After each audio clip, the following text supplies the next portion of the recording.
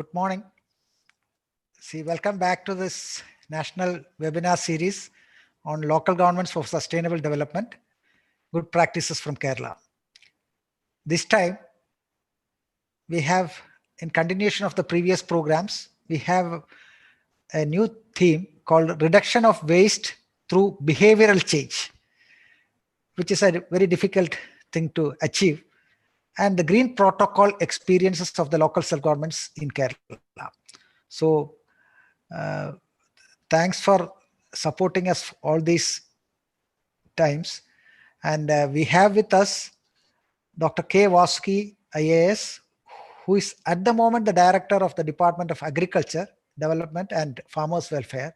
But she has been, or she is still the champion for waste management, especially with Harida KERALAM and Harida Mission, SUCHITWA Mission and all. She has been here, she has been doing a good work in Trivandrum district as a district collector also. Welcome Dr. K. Vasuki, IAS, to this webinar. We also have presentations, the heads or the chairpersons of the Neeleshwaram municipality in Kasaragod, then the Gram Panchayat President Padiyur Kalyad Gram Panchayat in Kannur, Sri Krishnavaram Block Panchayat in Palakkad, Ambalur Gram Panchayat in Ernakulam, Chennirkara Gram Panchayat in Pathanamthitta, Perinadu Gram Panchayat in Kollam, and then the capital city, the Thiruvananthapuram Corporation in the Thiruvananthapuram district. So, welcome all of them to this webinar. This time, as panelists, we have Sri Rajendra P. Gurung, the CEO of the Ecotourism and Conservation Society of Sikkim, who is the founder member of the Zero Waste Himalayan Sikkim Darjeeling and member of the Integrated Mountain Initiative.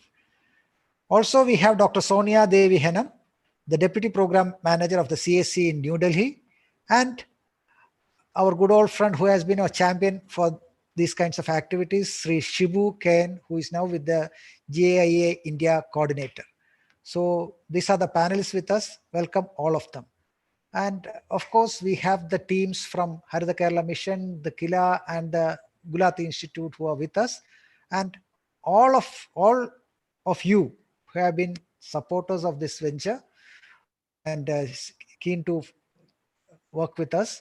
So welcome all of you to this webinar. We have actually preponed the time because in the afternoon there is a review meeting for all the local governments in Kerala. So we had preponed it. I know that some of the people who would have been there in the afternoon might have not received the call in time. So sorry for that. I will convey that to them also later. But thanks for joining us at this time. With all these words, I hand it over to Dr. T.N. Seema, who is the Vice Chairperson of the Harida Kerala Mission, to start the proceedings. Over to Dr. Seema. Thank you, Dr. Joy. Today we are having the third episode of continuous presentations on waste management with the leadership of LSGIs in Kerala. Today we are having 7 presentations from 2 municipalities, one municipality and one municipal corporation, and 5 Grama Panchayat. So before going to the presentation, we are having a keynote address by Dr. Vasuki. And as Dr. Joy said, she was the guiding spirit of implementing green protocol in state. For maybe from 2016 onwards, when she was executive director of SUCHITWA Mission, she started this initiative and she was so passionate taking this message to wherever she goes and whatever she speaks. She focus on this message on changing the behavior, changing the mindset, attitudes of people towards waste management. And today we are very happy that we got her team also. Shibu Ken, Amir Shah from SUCHITWA Mission, Dr. Manoj from Pelican, and Jagjeevan, all were with her in the team. And actually, because their efforts, local self-governments came convinced that this can be happened and this is possible. So we are very happy to have Dr. Vasuki with us for the keynote address. With respect, I invite Dr. Vasuki to make the keynote address. Good morning, ma'am, and good morning, dear participants. It's really an honor to be a part of this discussion and delivering the keynote address. So I just want to share that as Seema ma'am was mentioning, this was a team effort, and particularly what I would like to say is that I was never a person who knew anything about waste management or environment protection or climate change or anything of that sort. Just like any mainstream urban person, I was born and brought up in metropolitan like Chennai. I was always thinking that these environmentalism and all of this is anti-developmental, and so that is the opinion of a lot of people even now, and I was also one of them. And it was only I would say it was life changing to meet people like Dr. Manoj and Shibu, who kind of really opened my eyes.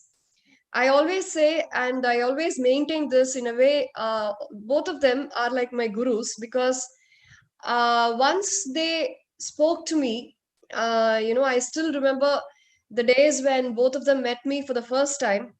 And when they were discussing about why sustainable waste management is important, why zero waste is important, why waste reduction is important, I felt, I had joined SUCHITWA mission for almost 6 months before I met all of them, both of them. So it was almost 6 and 8 months into the mission. And I was also meeting various people to understand the problem. But I felt for the first time, someone made sense, and the more I listened to them, I felt they're making more and more sense. And I really felt that, this is a kind of idea that I had never listened to.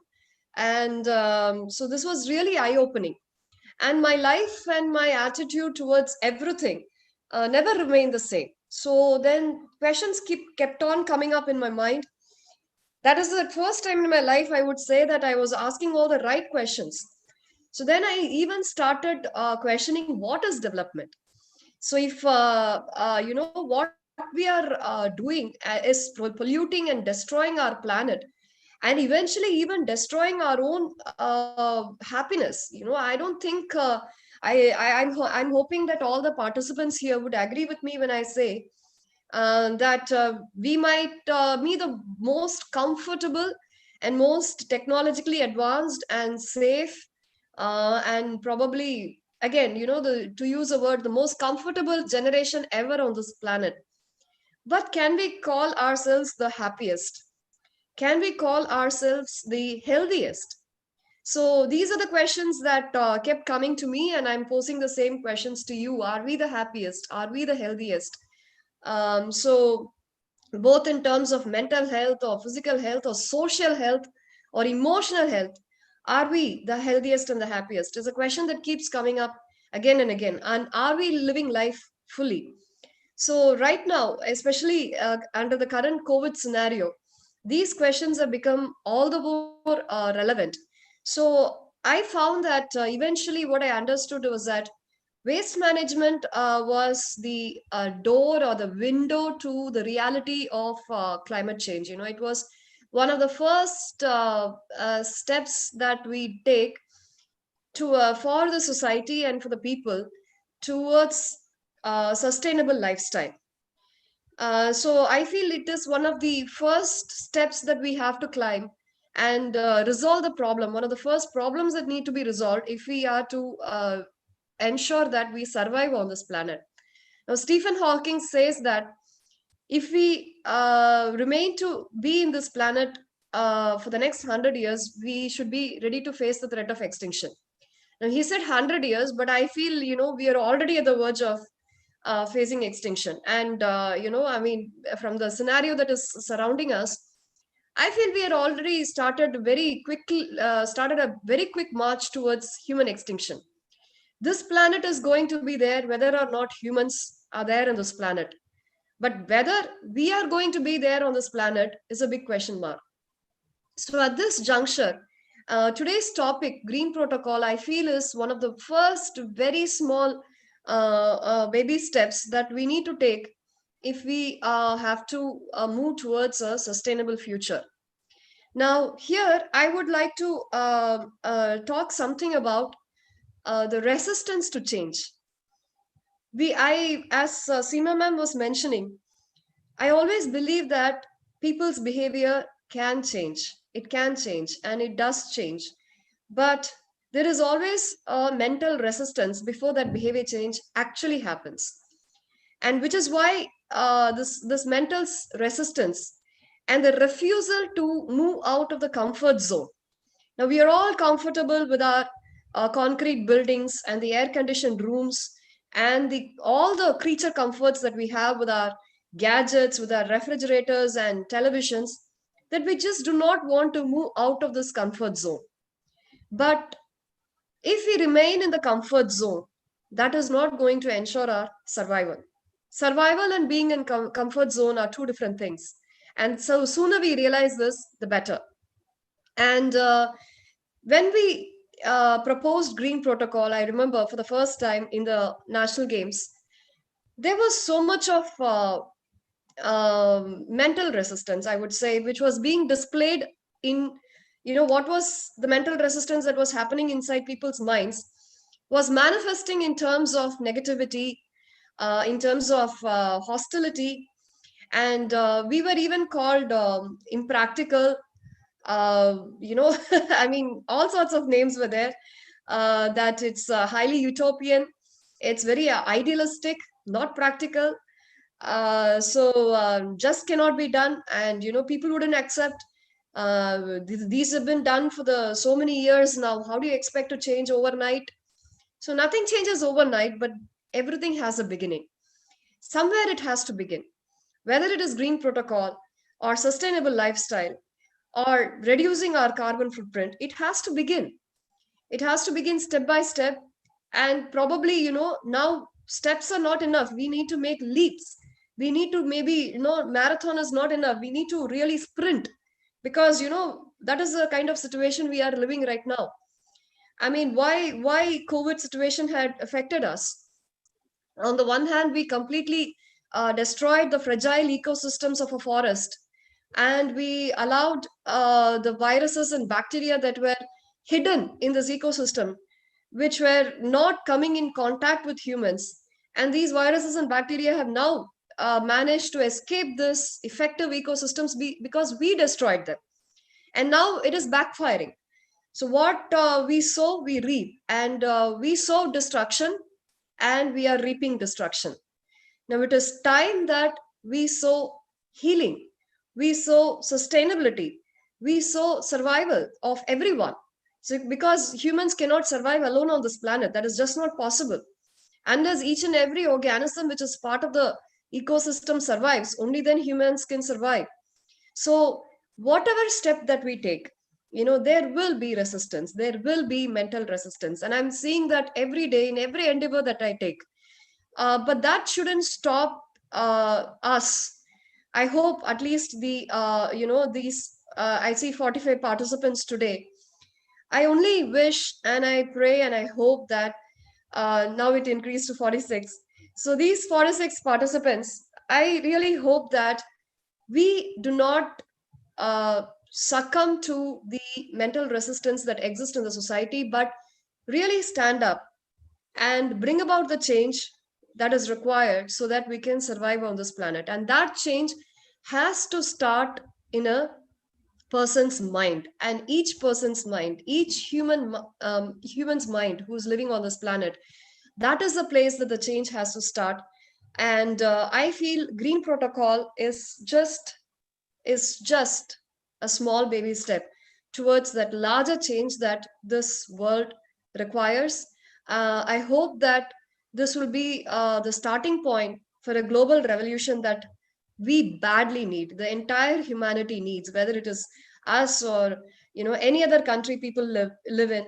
This is a need that this is a change that we need all over, and particularly our children need it more. If it is so tough to live on this planet at this moment, this is only going to get tougher in the coming days. So, as a mother, I always feel that I became an environmentalist just because I wanted to be a good mother and nothing else, because I want to hand over a healthy planet to my children.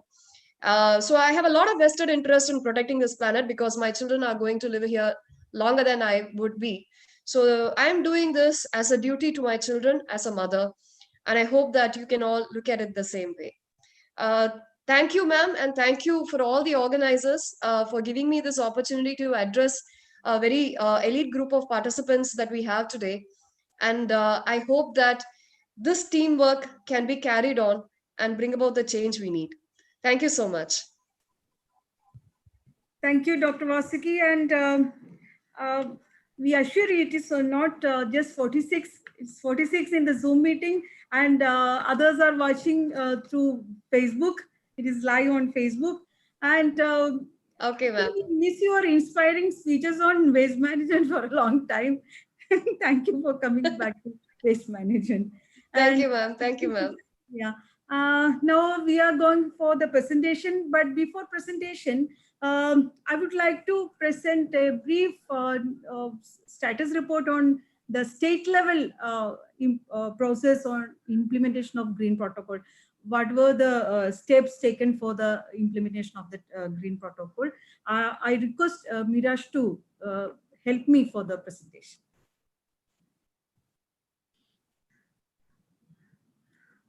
Yeah, next. Next, please. Waste is not a technological crisis, but an issue of attitude and behavior or habits. Next. Strategies adopted for SUCHITWA KERALAM. It was started by SUCHITWA Mission, then Hatha Kerala Mission, Clean Kerala Company, Kudumbashri, Kila, all were part of these activities. Community-centric activity-oriented campaign, general awareness programs, trainings, multimedia approach campaign through children, and legal literacy and enforcement. Next. First, we will go to the community-centric activity-oriented campaign. Freedom from Waste survey. It was part of the Freedom from Waste campaign started in 2017, August 15.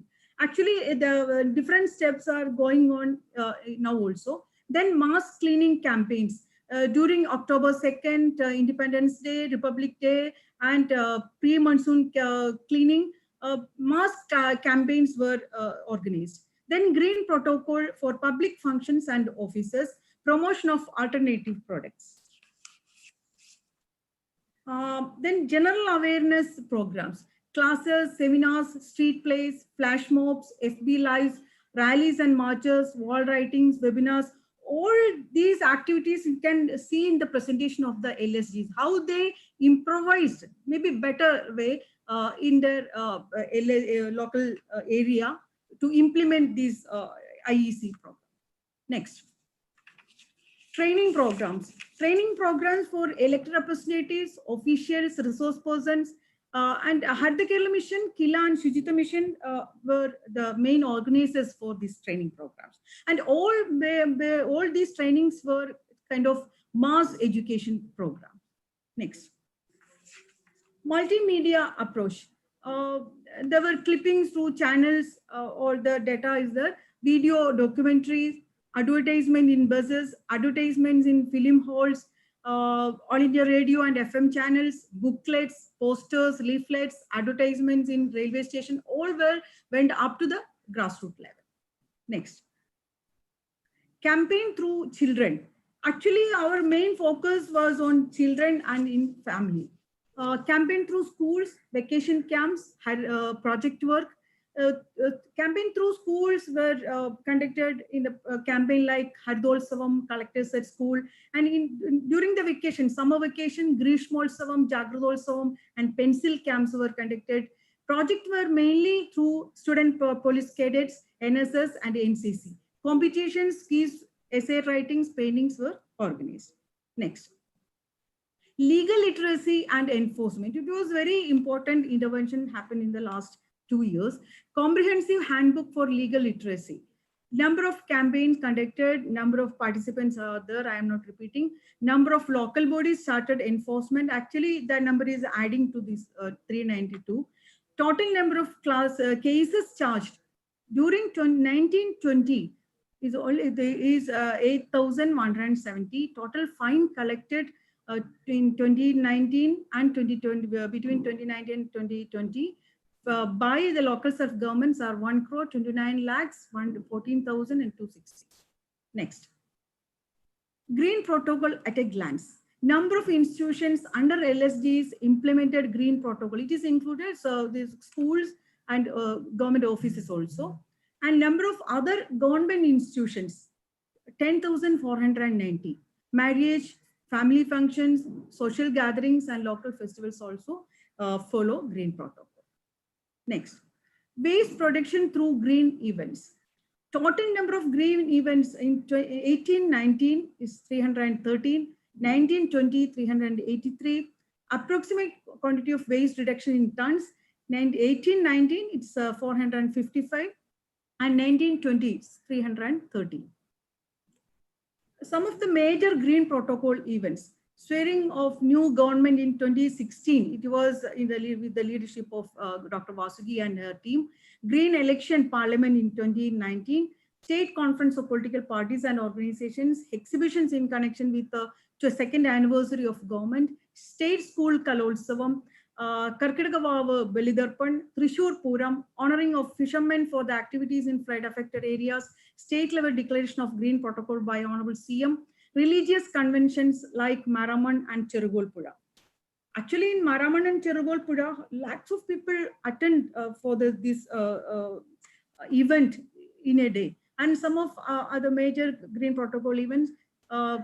Next. Navakerala Mission Seminar, Shivagiri Tirthadan 2018, Iftar Meals and Bhimapalli Urus in 2019, Vasantolsavam 2019, festivals like Thiruvairanipulam festival. Actually, daily average 1 lakh people gather in that area in the temple for that festival. Procession during Onam celebration, cricket matches, Attugal Pongala. I think definitely Trivandrum Corporation will present how they implement green protocol for this Attugal Pongala. Summer School 2018 and State Sports School Meet Trivandrum. So these are the stakeholders in behavioral change education happening in Kerala. LSG is the center, and you can see different departments, different agencies, and institutions.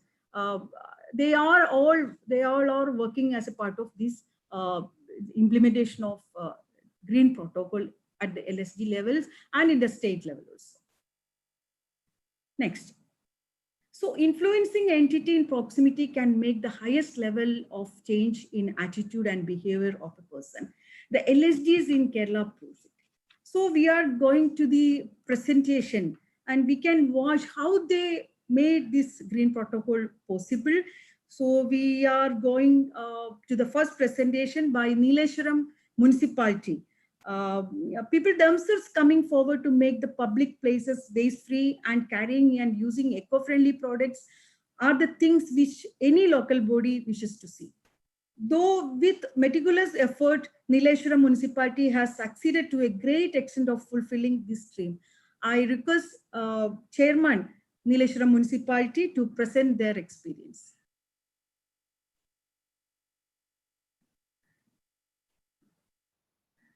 In the context of every waste management, every method should be sustainable.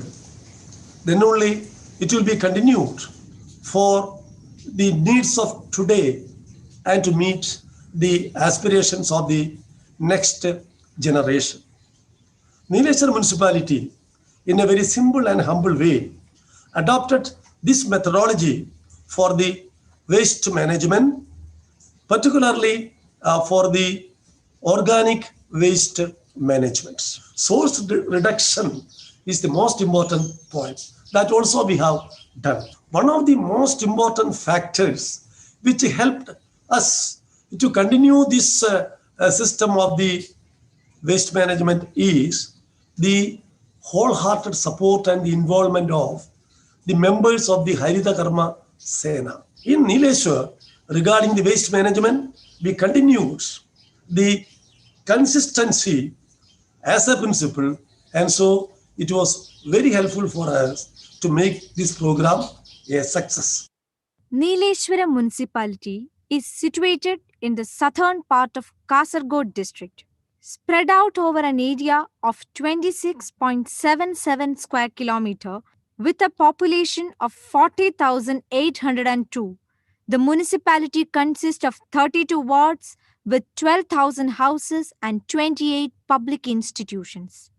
4 tons each of biodegradable and non-biodegradable waste are generated on a daily basis in the municipality. For managing the biodegradable waste at the source itself, 2,840 pipe composts, 182 ring composts, 64 biogas plants, and 8,239 pit composts were distributed, which cover nearly 90% of the houses. 28 hotels and 38 Anganwadi centers use ring compost and biogas plants respectively. The biodegradable waste formed in the town area is managed chiefly through the aerobic compost units. For managing the non-biodegradable waste, a collection and processing network of Harita Karma Sena, mini MCFs, MCF and RRF is in place with forward linkage with Clean Kerala Company. We have a training center also for the Harita Karma Sena. The 32 Harita Karma Sena members collect all kinds of non-biodegradable waste from houses, shops and commercial establishments, segregate them and send it for further recovery to RRFs based on an agreement executed with Clean Kerala Company. According to a waste collection calendar, plastics and bottles are collected on a monthly basis, e-waste twice in a year, and footwear, bags and glass articles are collected once in every 3 months. The non-recyclable plastics are shredded and used for polymerized road construction. Along with these mechanisms of waste management, a comprehensive effort was made to reduce all types of waste. My Waste, My Responsibility campaign, pen-friend boxes and steel water bottles for school children, green protocol, swap shops and strict legal action were some of the components of that comprehensive approach to reduce the waste. Green protocol was given prime importance in reducing the quantity of waste. As a beginning, more than 500 leaves of teak and kenda were collected by municipal cleaning staff and distributed in the fish market.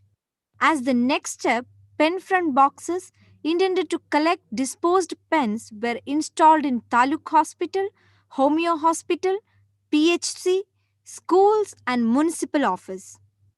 Cleaning drives were conducted with mass people participation, and the 20-cent dump yard situated beside the highway was transformed into a garden, planting more than 50 plantains. A special campaign named Pick Plastics, Save Marine Life was launched in 2 coastal wards with the participation of students from the St. Peter's School. About 120 kg of plastics were collected in the 2-day exercise. Green protocol was implemented in 27 offices, 14 schools and 32 semi-government institutions. After the success of the office-level green protocol, it was extended to weddings, conventions, festivals and other celebrations. It is estimated that more than 100 metric tons of biodegradable waste and nearly 25 metric tons of non-biodegradable waste could be reduced per year as a result of this. All these interventions bore fruit, resulting in a reduction of at least 60% of the total waste generated previously. The evident positive behavioral change brought at community level is promising. Festivals like Mandampurathukavu Kalasham, where nearly 6 lakh pilgrims visit over 3 days, and the Anjutambalam Veerarkavu festival, where more than 5,000 people participate in the massive feast, etc., are now being celebrated following Green Protocol. For the effective implementation of Green Protocol, 1,300 steel plates and 1,000 steel glasses were procured by the municipality, which are distributed for celebrations and meetings. A massive cloth bag distribution campaign covering 21,000 households in the municipality was successfully organized. Fountain pens were distributed to all employees in the municipal office. A sales exhibition was conducted to introduce plates made of palm leaves, paper pens, eco-friendly toothbrush, mud glasses, cloth bags, articles made of bamboo, etc. to the public. 4 Kudumbashree units have been set up to stitch and sell cloth bags of varying sizes. The first swap shop in the city was inaugurated by Sub-Collector Sri Arun K. Vijayan IAS at Neeleshwaram bus station. Visitors can drop in and take apparels and other items free of cost. They can make a donation to their liking, which goes to Harita Karma Sena. Training on legal enforcement was conducted for officials, teachers, and Kudumbashree workers. Anti-littering campaigns were conducted, followed by strict enforcement initiatives. 24 CCTV cameras installed at different parts of the city help in spotting offenders. An amount of rupees 1,13,910 was imposed as fine for the last 2 years. As a result of these interventions, a positive change in behavior came along with compliance to the laws. People from all walks of life work towards making the public spaces waste-free. Carrying a cloth bag has become the new norm, and the act of relying on plastic carry bags has been increasingly seen as undesirable. All the activities introduced by the municipality for behavioral change were connected with the participation of general public, and that resulted in bringing about the desired result. Thank you, Chairman. Now we are going to Kannur district, Padiyur Kalyad Grama Panchayat. Increasing the civic sense through a series of participatory knowledge dissemination programs, providing the facilities as per the demand from citizens, and trying some really innovative green protocol initiatives are some of the unique features of Padiyur Kalyad Gram Panchayat model of waste management. I request President to present their story. Kannur ജില്ലയിൽ കാർഷിക മേഖലയിലും മാലിന്യ സംസ്കരണത്തിലും വലിയ തോതിലുള്ള പ്രവർത്തനം നടത്തി വരുന്ന ഒരു ഗ്രാമപഞ്ചായത്ത് എന്ന നിലയിൽ നമ്മുടെ ഭരണസമിതി അധികാരത്തിൽ വരുമ്പോൾ തന്നെ വലിയ തരത്തിലുള്ള മാലിന്യ പ്രശ്നമായിരുന്നു നമ്മളുടെ മുന്നിൽ ഉണ്ടായിട്ടുള്ളത്. ആ മാലിന്യ പ്രശ്നം പരിഹരിക്കുന്നതിന് വേണ്ടിയുള്ള കൂടിയാലോചനയുടെ ഭാഗമായിട്ടാണ് ആരാമ പടിയൂർ എന്ന ഒരു പദ്ധതി ഏറ്റെടുക്കുകയും ആ പദ്ധതിയിലൂടെ വലിയ മാലിന്യ പരിപാലനങ്ങൾ ഏറ്റെടുത്തു. Padiyur Kalyad Grama Panchayat is located in Irikur block of Iriti Taluk in Kannur district. It covers an area of 53.04 square kilometer with a population of 25,640. About 105 tons of organic waste is generated from the houses, shops, and other institutions per month. Also, about 4 tons of non-bio waste is generated every month in the panchayat. These waste could now be managed without much problem through sustainable waste management approach and schemes.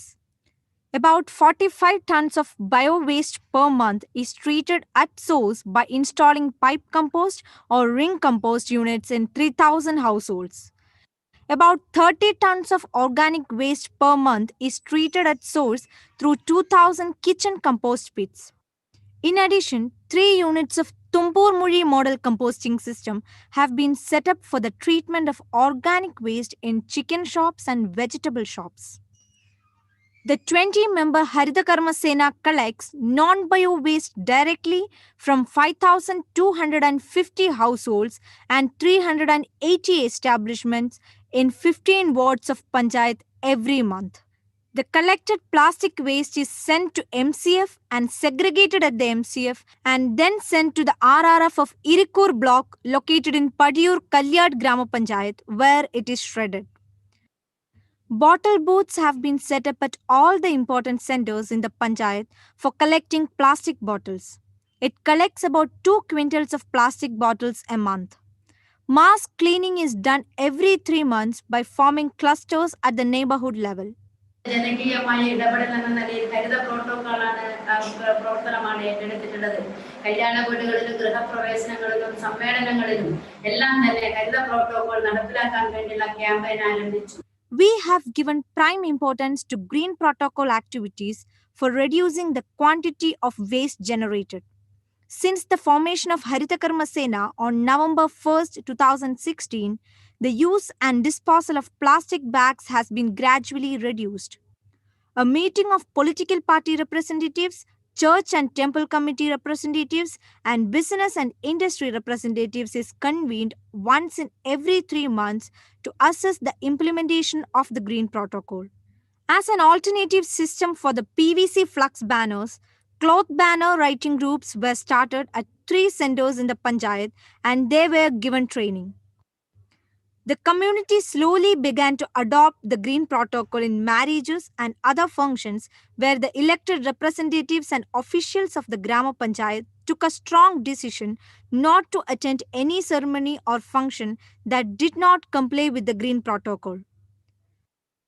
As an alternative system, banana cultivation was started on 80 acres of land in collaboration with Kudumbashree to deliver banana leaves to the needy.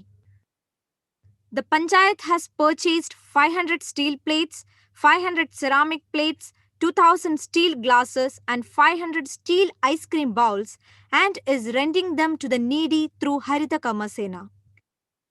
Haritha Karma Sena has also started an event management entrepreneurship group called Green Agency for the Green Protocol. The work of the anti-plastic surveillance squad at the ward level of the Panchayat has greatly helped in reducing the quantity of waste in the Panchayat.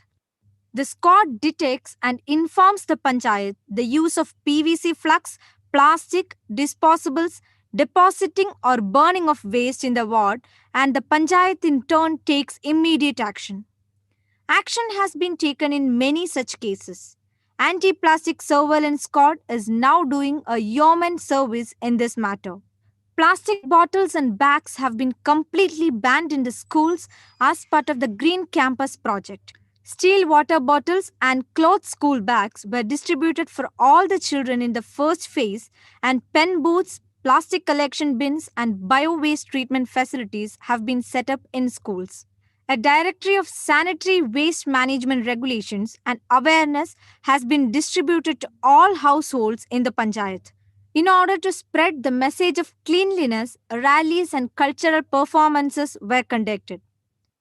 Various awareness programs were conducted for the children, such as School Sanitation Assembly, Sanitation Parliament, Summer Festival, and Village Festival. During the COVID-19 pandemic spread, COVID protocol messages were written on the walls in various parts of the Panchayat. As part of the enforcement measures, 8 vehicles carrying waste from outside the Panchayat have been seized and fined. 36 cases have been registered and actions has been taken against those who violated the Green Protocol in marriages and other functions. 12 cases of burning of plastic waste have been registered and action has been taken. Several cases have been registered and action has been taken in raid on shops. A total fine of rupees 2,25,000 has been imposed so far. The number of such cases has come down by 60% in the last 1 year with the introduction of enforcement measures. Shops and other establishments are inspected on regular intervals by officials under the leadership of the ward level sanitation committee. Now we can see every citizen, including students, volunteering to reduce the use of plastic and not to throw it away.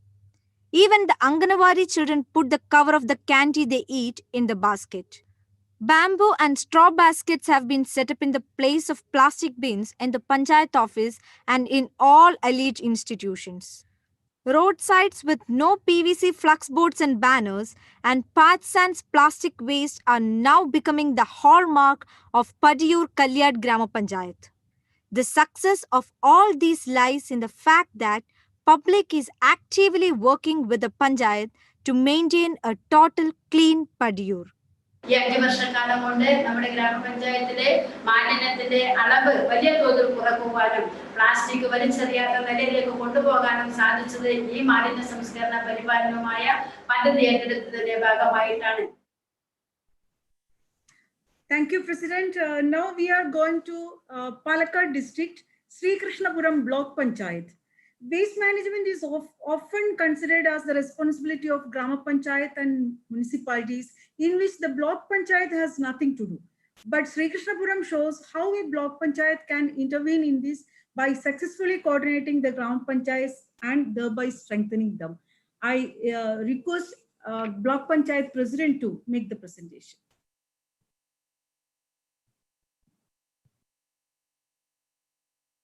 Sreekrishnapuram block panchayat ഈ ദിശയിൽ ഒട്ടേറെ പ്രവർത്തനങ്ങൾ മുൻകാലങ്ങളിൽ ചെയ്തിരുന്നുവെങ്കിലും അടുക്കും ചിട്ടയോടുകൂടിയ ഒരു പദ്ധതിക്ക് രൂപം കൊടുത്തു. അതാണ് ശുചിത്വ മിത്ര എന്ന പേരിൽ ഞങ്ങൾ വിഭാവനം ചെയ്തത്. മാറ്റങ്ങൾക്ക് വേണ്ടിയുള്ള പ്രവർത്തനങ്ങൾ സംഘടിപ്പിക്കാൻ വേണ്ടിയാണ് ശുചിത്വ മിത്ര പ്രധാനമായും ലക്ഷ്യമിട്ടത്. ഇതിൽ ഞങ്ങൾ സ്വീകരിച്ചത് ഒരു ത്രിമുഖ തന്ത്രമാണ്. ഒന്ന്, ബ്ലോക്ക് പഞ്ചായത്ത് നേരിട്ട് പ്രവൃത്തിപഥത്തിലെത്തിക്കൊണ്ടുള്ള പ്രവർത്തനങ്ങൾ. മറ്റൊന്ന്, ബ്ലോക്ക് പഞ്ചായത്തിനോടൊപ്പം സഞ്ചരിച്ചു കൊണ്ടിരിക്കുന്ന ഗ്രാമപഞ്ചായത്തുകൾ. ഇവിടെ 6 ഗ്രാമപഞ്ചായത്തുകളാണ് ബ്ലോക്ക് പഞ്ചായത്ത് പരിധിയിലുള്ളത്. അവരുടെ സഹായത്തോടു കൂടി അവരുടെ നേതൃത്വമായി നിന്നുകൊണ്ടുള്ള പ്രവർത്തനങ്ങളാണ് മറ്റൊന്ന് ഞങ്ങളുടെ തന്ത്രം എന്ന രീതിയിൽ ആവിഷ്കരിച്ചത്. മൂന്നാമത്, ബ്ലോക്ക് പഞ്ചായത്ത് പരിധിയിൽ വരുന്ന സംഘടനകൾ, സ്ഥാപനങ്ങൾ, പ്രസ്ഥാനങ്ങൾ, ഏജൻസികൾ എന്നിവരുടെ എല്ലാം സാധ്യതകൾ, അവരുടെ വിഭവങ്ങൾ, അവരുടെ എല്ലാം തന്നെ പിന്തുണ സ്വീകരിച്ചു കൊണ്ടുള്ള പ്രവർത്തനങ്ങൾക്കും ഞങ്ങൾ നേതൃത്വം കൊടുത്തു. Block panchayats in Kerala neither have any responsibility nor any authority on waste management as per the Kerala Panchayat Raj Act and other acts and rules related to waste management. However, the Sri Krishnapuram Block Panchayat has gone many an extra mile, not only in operational aspects of waste management, but created a cultural shift and a laudable model for replication. The various initiatives taken by Sri Krishnapuram Block Panchayat and the subsequent activities taken up by the Grama Panchayat have ensured better coordination in waste and sanitation management. SUCHITWA Mitra is a comprehensive waste management program launched in 2016-17 by Sri Krishnapuram Block Panchayat. It is jointly implemented by the Block Panchayat and 6 Grama Panchayats, Sri Krishnapuram, Pookkottukavu, Vellineri, Karakurshi, Kadambalipuram and Karimbura. The main objectives of the program were to create awareness among the public regarding their roles and responsibilities as per the solid waste management regulations, to sensitize and equip the community and develop habits among citizens towards the sustainable waste management practices, and to handhold the Grama Panchayats in identifying complex waste management issues and support in resolving the concerns on waste management.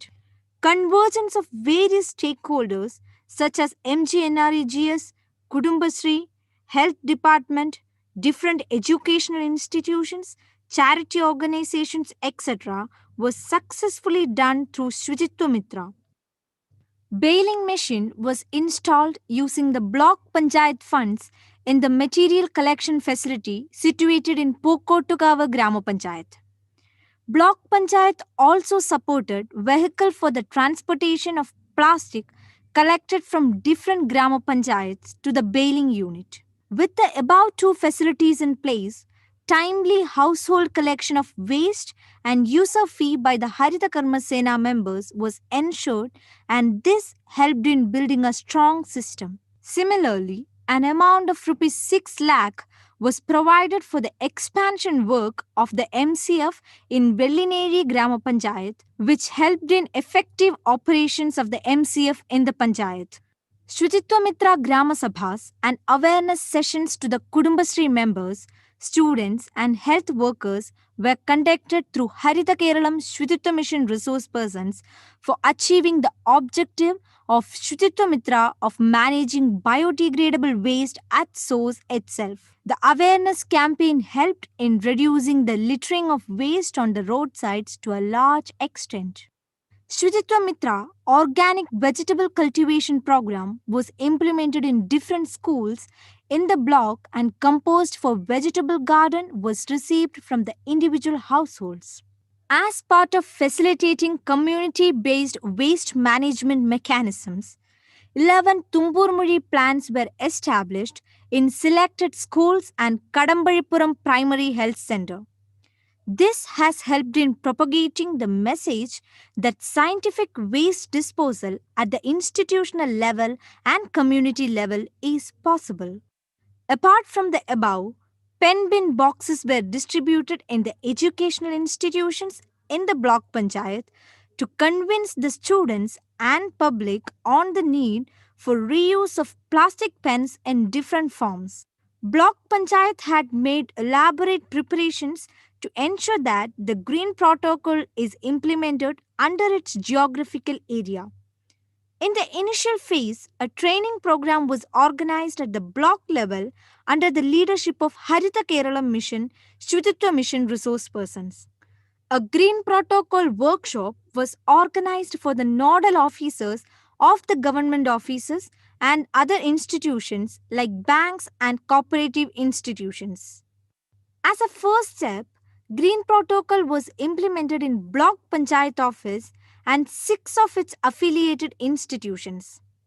Once the offices under the Block Panchayat became model for Green Protocol implementation, offices under the Grama Panchayat quickly followed Green Protocols, and due to this, the Grama Panchayats banned usage of disposable plastic cups, plates and bottles in their respective areas. Pukotagawa Grama Panchayat took the first initiative of banning PVC flux banners. All meetings and public functions in the block panchayat area began to follow Green Protocol. The 140 Anganawadis under the block panchayat were brought under the Green Protocol. Through the awareness workshop for the managers of all the convention centers and auditoriums in the block, they all switched over to Green Protocol. The marriage halls adopted practices of making biocompost from the biodegradable waste and became model institutions for others. Block and Grama Panchayats encouraged the Green Protocol marriages and functions, acknowledging them with Green Protocol certificates.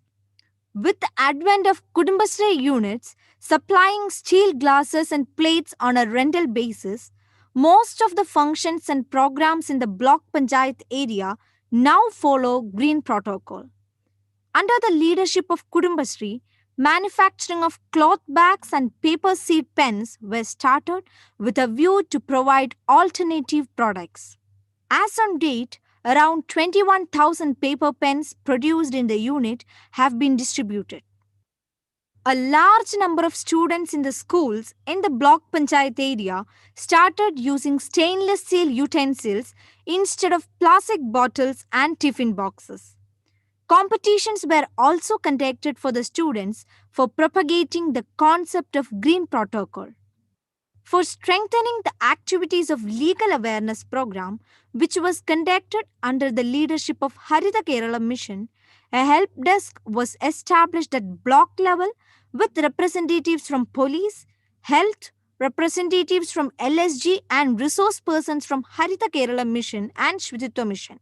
help desk was formed with the objective of helping to book persons who are engaged in littering of waste in public places and imposing fine on those people.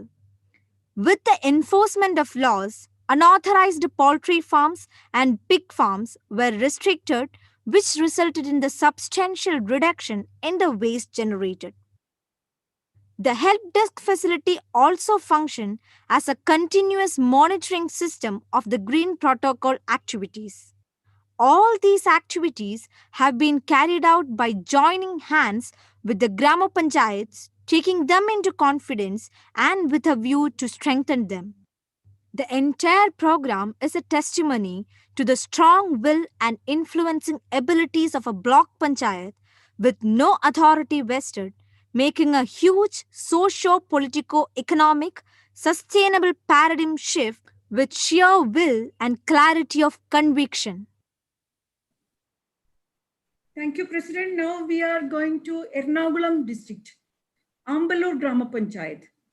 It is through an activity-oriented and participatory social education process that the Ambalur Grama Panchayat tries to address the issue of waste, which is a civic issue that affects local environment and health of local people. The success in this approach is worth following and emulating. I request President Ambalur Grama Panchayat to make the presentation.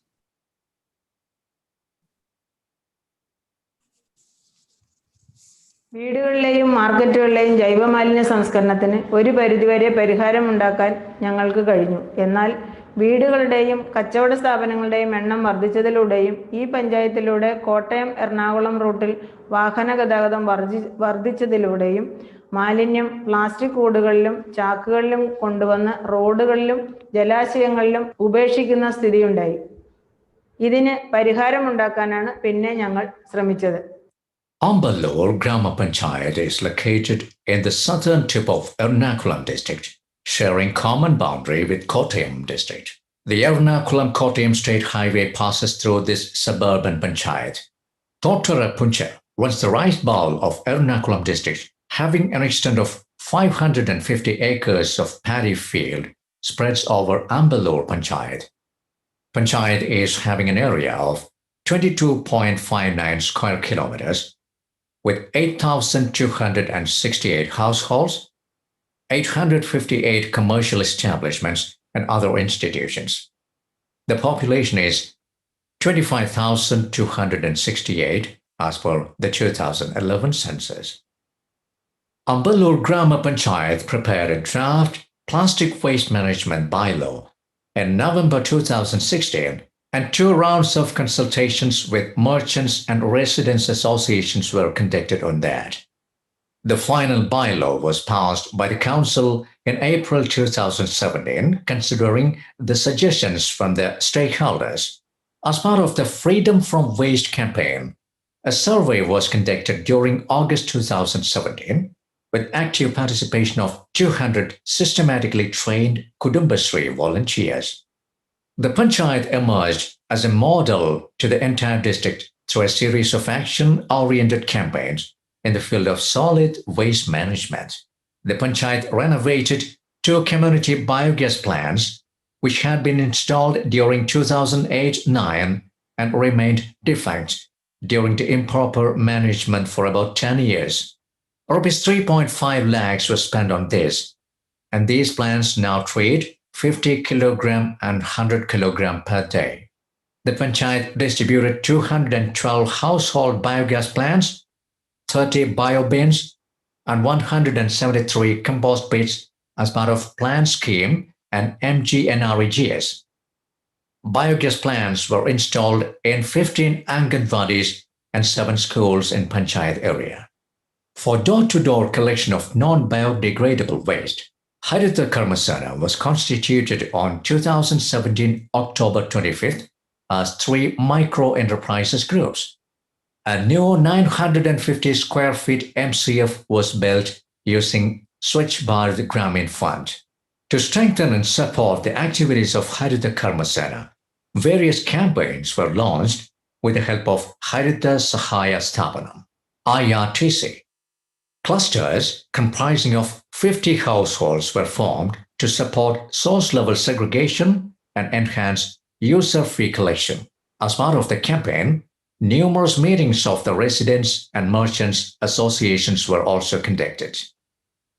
A massive legal literacy campaign was launched in collaboration with Haritha Kerala Mission and KERALAM.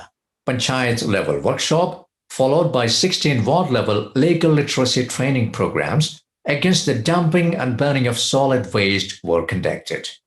Auditorium honors and caterers meetings were also organized. Altogether, 2,127 people participated in these training programs. As a result of this, residents' associations and different youth clubs came forward to distribute cloth bags. Last year, 5 residents' associations and youth clubs distributed 2,050 cloth bags to its members.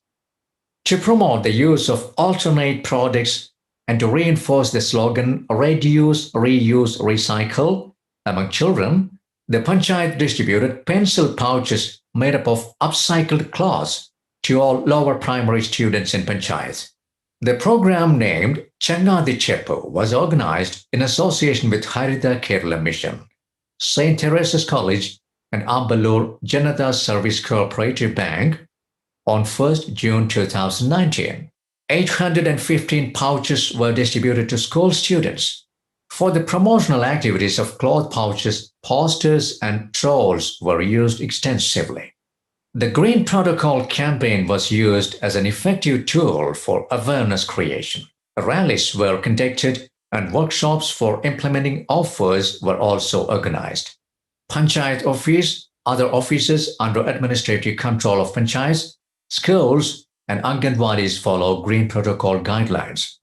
The historic Kanjiramattam Chandanakudam Kodikuttu festival of Kanjiramattam Sheikh Fariduddin Mosque, where more than 2 lakhs pilgrims came from various parts of the state, was conducted by observing Green Protocol in the month of January 2020. The Panchayat, with the wholehearted assistance of Festival Committee, Haritha Kerala Mission, and the general public, could convert it a successful Green Protocol event. The Panchayat purchased 1,000 numbers of steel glasses and plates and handed over to Haritha Karmasena members for the implementation of Green Protocol. Millungal Canal cleaning was the most challenging task before the Panchayat Council when it assumed power in 2015.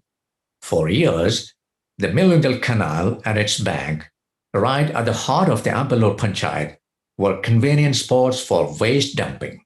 Though the Panchayat tried several times to clean the canal with its limited resources and installed camera before 5 years, it did not yield any result.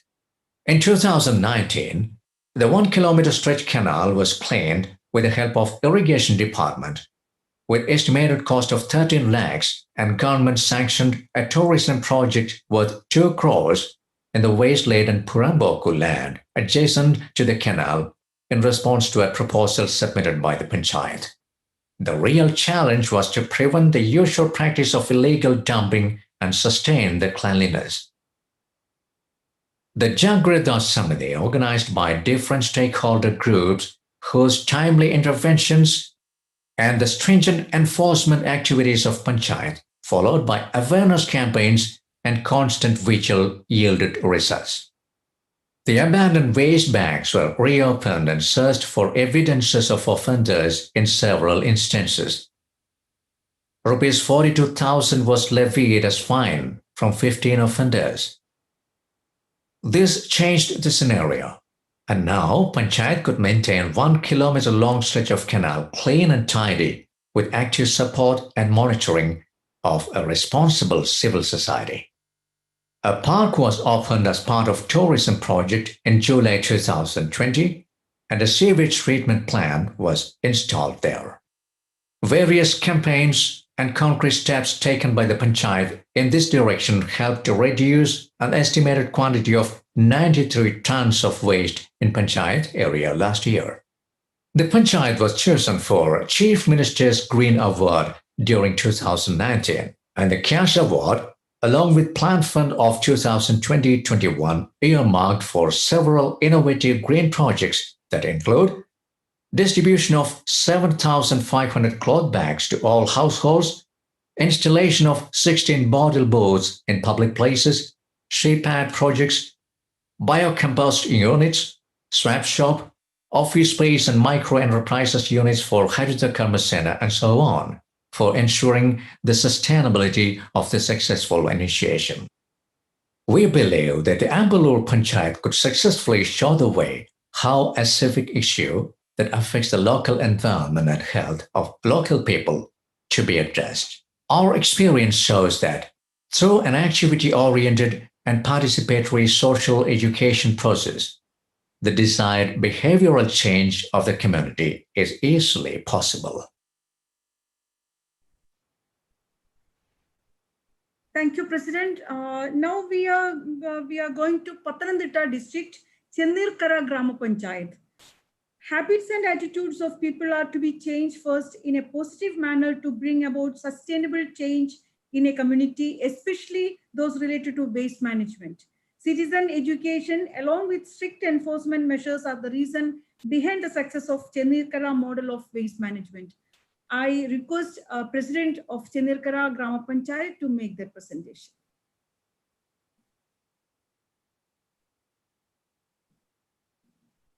നഗരവൽക്കരണം ഒട്ടുമേ ബാധിക്കാത്ത ഒരു പ്രദേശമായതിനാൽ ഗുരുതര മാലിന്യ പ്രശ്നങ്ങൾ ഈ പ്രദേശത്ത് വളരെ കുറവാണ്. എന്നിരുന്നാൽ തന്നെ അജൈവ മാലിന്യങ്ങളുടെ സംസ്കരണം ഏതൊരു പ്രദേശത്തെയും പോലെ ഇവിടെയും ഒരു പ്രധാന പ്രശ്നമായി നിലനിന്നിരുന്നു. നിലവിലുള്ള ഗ്രാമപഞ്ചായത്ത് ഭരണസമിതി പഞ്ചായത്തിനെ ഘട്ടം ഘട്ടമായി സമ്പൂർണ്ണ മാലിന്യമുക്ത പദവിയിലേക്ക് എത്തിക്കുന്നതിനുള്ള ശ്രമങ്ങൾ തുടക്കം മുതലേ നടത്തി വന്നിരുന്നു. മാലിന്യത്തിൽ നിന്നും സ്വാതന്ത്ര്യം, ജാഗ്രതോത്സവം, ഹരിത നിയമസഭകൾ, ഹരിത സന്ദേശയാത്ര എന്നീ പ്രചാരണ പരിപാടികളിലൂടെ സമൂഹത്തിലെ സമസ്ത മേഖലകളിലും മാലിന്യ സംസ്കാരത്തിന്റെ സന്ദേശം എത്തിക്കാൻ പഞ്ചായത്തിന് കഴിഞ്ഞിട്ടുണ്ട്. Chennirkara Grama Panchayat, having an area of 19.5 square kilometers, is situated in Ilanthur block of Pathanamthitta district and has a population of 19,538 members in 14 wards. There are a total of 6,515 houses, 55 government and private offices, and 235 shops in the Grama Panchayat. The quantity of dry waste, biodegradable waste, and e-waste produced per day from houses, shops, etc. are as follows. The bio-waste generated from the household and shops is scientifically treated at its source using biogas plants, kitchen bin, compost pit, etc. With the technical assistance of the Grama Panchayat, under the leadership of Haritha KERALAM mission, 2 compost pits have been set up for the treatment of bio-waste at Chennirkara ITI as part of its Haritha ITI program. For collecting the dry waste, there are 28 members of the Haritha Karma Sena, with 2 members from each ward working under the Panchayat. The collected dry waste by Haritha Karma Sena is stored in the material collection facility. The SUCHITWA mission has invested Rs 97,440 for the construction of material collection facility center, and MGNREGS constructed 2 mini material collection facilities by investing Rs 1,86,400 for each. The material collection facility has the storage capacity of 2.5 ton, and the 2 mini material collection facilities have storage capacity of 1 ton each of dry waste. The Haritha Karma Sena members get a monthly average of Rs 3,000 per member. And for self-sufficiency, Haritha Karma Sena has also started their own Haritha Sankham Cafe by strictly following green protocol. From this, they get a monthly average of Rs 40,000. It is an additional source of income for the Haritha Karma Sena. The Grama Panchayat is effectively intervening in the matter of reusing and recycling of dry waste. A handmade product unit has been started under the leadership of Haritha Karma Sena to reduce dry waste and promote eco-friendly products like cloth bags, masks, etc. They produce around 200 bags per day. Though there was an apathy from the side of a small section of public towards the activities of Harita Karmasena in the initial stage, it could be sorted out. The Grama Panchayat office and all the offices under the Grama Panchayat strictly observe Green Protocol.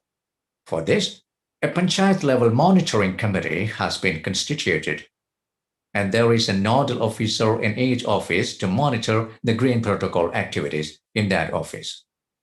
The following institutions which come under the Grama Panchayat strictly follow the Green Protocol: Grama Panchayat Office, Agricultural Office, Veterinary, Homeo and Ayurvedic Dispensary, Family Health Center, Primary Health Center, Anganwadis and schools, other government offices and private offices, shops, religious institutions, etc. Manjanikara Dayara Church is one of the most famous pilgrimage centers in Kerala. Its annual festival attracts a large number of devotees and others. Around 50,000 to 1 lakh people attend this festival. From 2018 onwards, Green Protocol activities have been implemented in this festival to reduce biodegradable and dry waste. Earlier, there was around 5.2 tons of dry waste and 2.5 ton biodegradable waste generated during the festival. After implementation of the Green Protocol, both dry waste and biodegradable waste reduced up to 1.5 tons. Many awareness programs have been conducted in connection with the My Waste, My Responsibility campaign. Harita Seminar, Harita Grama Sabha, Harita Sandesha Yatra, awareness programs through NSS volunteers, awareness programs for merchants, religious institutions, schools, etc. are some among them. Compost pits were constructed in houses of some school children to inculcate the habit of bio-waste treatment among them, and separate bins have been arranged for segregating and disposing bio-waste and dry waste in the school. Harita KERALAM Mission, SUCHITWA Mission, Harita Sahaya Sthapanam, Kudumbashree, and Clean Kerala Company impart full support and assistance as the part of waste management and implementation of Green Protocol. The instructions given by these authorities are the real impetus for the Grama Panchayat to achieve its goals. Legal actions are taken against those who do not obey the instructions. During the Manjanikara pilgrimage in 2019, the Panchayat imposed a fine of Rs 2,400 against shops which used banned plastic carry bags and other disposable items, and this was reduced to a meager amount of Rs 200 only during the pilgrim season of 2020. Impact of all these activities can be summarized as: we could create widespread awareness in the community, could reduce complaints regarding polluting water bodies and burning of waste in public places, could promote the alternative products. Eco-friendly products are used instead of disposable items in all offices and shops, and after implementation of Green Protocol, thereby reducing the quantity of waste. The message of proper waste disposal, creating a wave among people from all walks of life, has resulted in reduction of waste generated and proper segregation and disposal of waste. Thank you, President. Now we are going to Kollam district, Pernad Grama Panchayat. Innovative awareness campaigns, implementation of Green Protocol and promotion of alternative products extra are the strategies of Pernad Grama Panchayat through which they tackle the issue of waste in their Panchayat. I request President Pernad Grama Panchayat to make the presentation. കൊല്ലം ജില്ലയിൽ ഹരിത കേരള മിഷനും പെരിനാട് ഗ്രാമപഞ്ചായത്തും ചേർന്ന് നടപ്പിലാക്കിയ മാലിന്യ സംസ്കരണ രംഗത്തെ പ്രവർത്തനങ്ങൾ വളരെ നല്ല രീതിയിൽ നടപ്പിലാക്കാൻ കഴിഞ്ഞതിൽ അങ്ങേയറ്റം സന്തോഷമുണ്ട്. ജില്ലയിൽ ആദ്യമായി ഹരിത കർമ്മസേന രൂപീകരിച്ച് പ്രവർത്തനം ആരംഭിച്ചത് നമ്മുടെ ഗ്രാമപഞ്ചായത്തിലാണ്. Perinad is a small village with an area of 30 square kilometers located 11 kilometers away from the Kollam city. Other details of the panchayat are: A total quantity of 7 metric ton biodegradable waste is produced per day in the panchayat, out of which 6 metric ton is produced from households and 1 metric ton from institutions. Similarly, 2.9 metric tons of non-biodegradable waste is also produced per day, out of which 2.4 metric ton from households and 0.5 metric ton from institutions. To handle the biodegradable waste at source level, 1,300 biopods, 2,400 pipe compost, 4,250 compost pits, 79 biogas plants, 1,970 kitchen compost, 1,216 ring compost, 1,340 bio bins, 32 vermicompost, and 36 native compost pits have been distributed to households. To address the non-biodegradable waste, 40 Haritha Karma Sena members are working in the panchayat to collect all types of non-biodegradable waste from households and institutions. 10 mini collection centers, 4,000 square feet material collection facility, a resource recovery facility with shredding, baling, and washing and drying machines, a retail outlet to sell waste management devices and services also function in the panchayat. To transport the non-biodegradable waste, a vehicle is also provided by the panchayat. Processed and segregated plastics and other dry waste is sold out directly or through Clean Kerala company. Perinad Grama Panchayat has set up a surveillance CCTV system at various locations on the request of the public. The surveillance unit consists of 4 night vision cameras. This initiative helps to prevent throwing and dumping of waste at various locations. A fine of Rs 47,000 has been collected from 5 persons on illegal dumping and burning of plastic waste during the period from 1st April 2019 to 31st March 2020. A reward of Rs 1,000 is offered to those who bring the offenders into the notice of the panchayat. All offices and schools are given adequate awareness messages to observe green protocol for their functioning, and it is monitored with the help of Haritha Karma Sena. All kinds of public functions, such as marriages, housewarming, festivals, etc., are given strict directions to observe green protocol and is monitored. Those who conduct public functions observing green protocol are honored with certificate of appreciation by the panchayat. To replace plastic plates and glasses, Haritha Karma Sena has been provided with plates, glasses, spoons, etc., which they give out on rent. Pen collection boxes have been provided at schools to collect the thrown-off pens. At the Buds Rehabilitation Center of the panchayat, coir pots are made which help to replace grow bags for vegetable cultivation. Bamboo waste bin is another low-cost fine product developed in the Buds Rehabilitation Center. It has been supplied to all schools under panchayat to be used as pen collection boxes. Paper pens made in the Buds school are supplied on demand. It also helps to reduce the plastic waste. A cloth bag unit has been set up under Kudumbashree to manufacture and supply cloth bags cost-effectively. In an effort to launch the awareness campaign, a massive Thiruvatira performance was organized in association with Kudumbashree Perinad. Flash mobs were organized to propagate the message of hygiene, health, and sanitation in association with Kerala Design Institute, Chandanatop. Street plays are being conducted regularly to spread the message of waste reduction and management techniques. It is done with the help of students of Fashion Technology Institute, Welliman. 29 walls in the area have been used for displaying messages of better waste handling practices through cartoons, paintings, etc. Direction boards have been fixed at 20 locations with messages on the importance of good practices in waste disposal. Seminars and camps for school college students have been organized to introduce better waste management practices to the future generation. The Ashtamudi Lake, included in the Ramsar site, is the second largest lake in Kerala, which shares its borders with the Perinad Grama Panchayat. Like any other water body in Kerala, it is also polluted with plastics and other types of waste. In an effort to clean the lake, a special drive was conducted.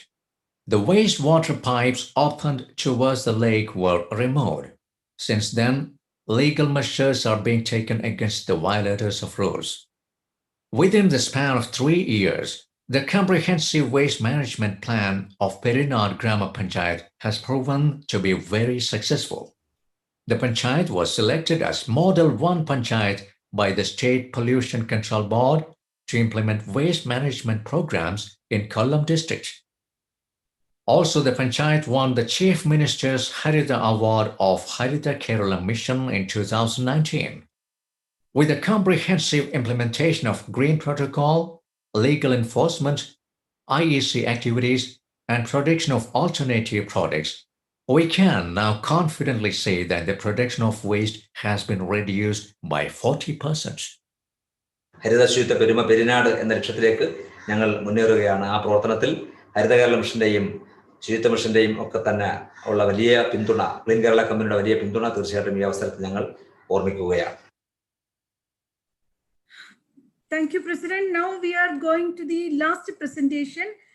It's from Trivandrum Municipal Corporation, capital city of the state.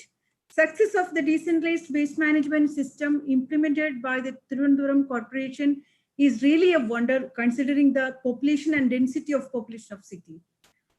The scientific approach reducing the waste by means of activities like green protocol, processing maximum amount of waste at source level, and community composting facilities, etc., is really noteworthy.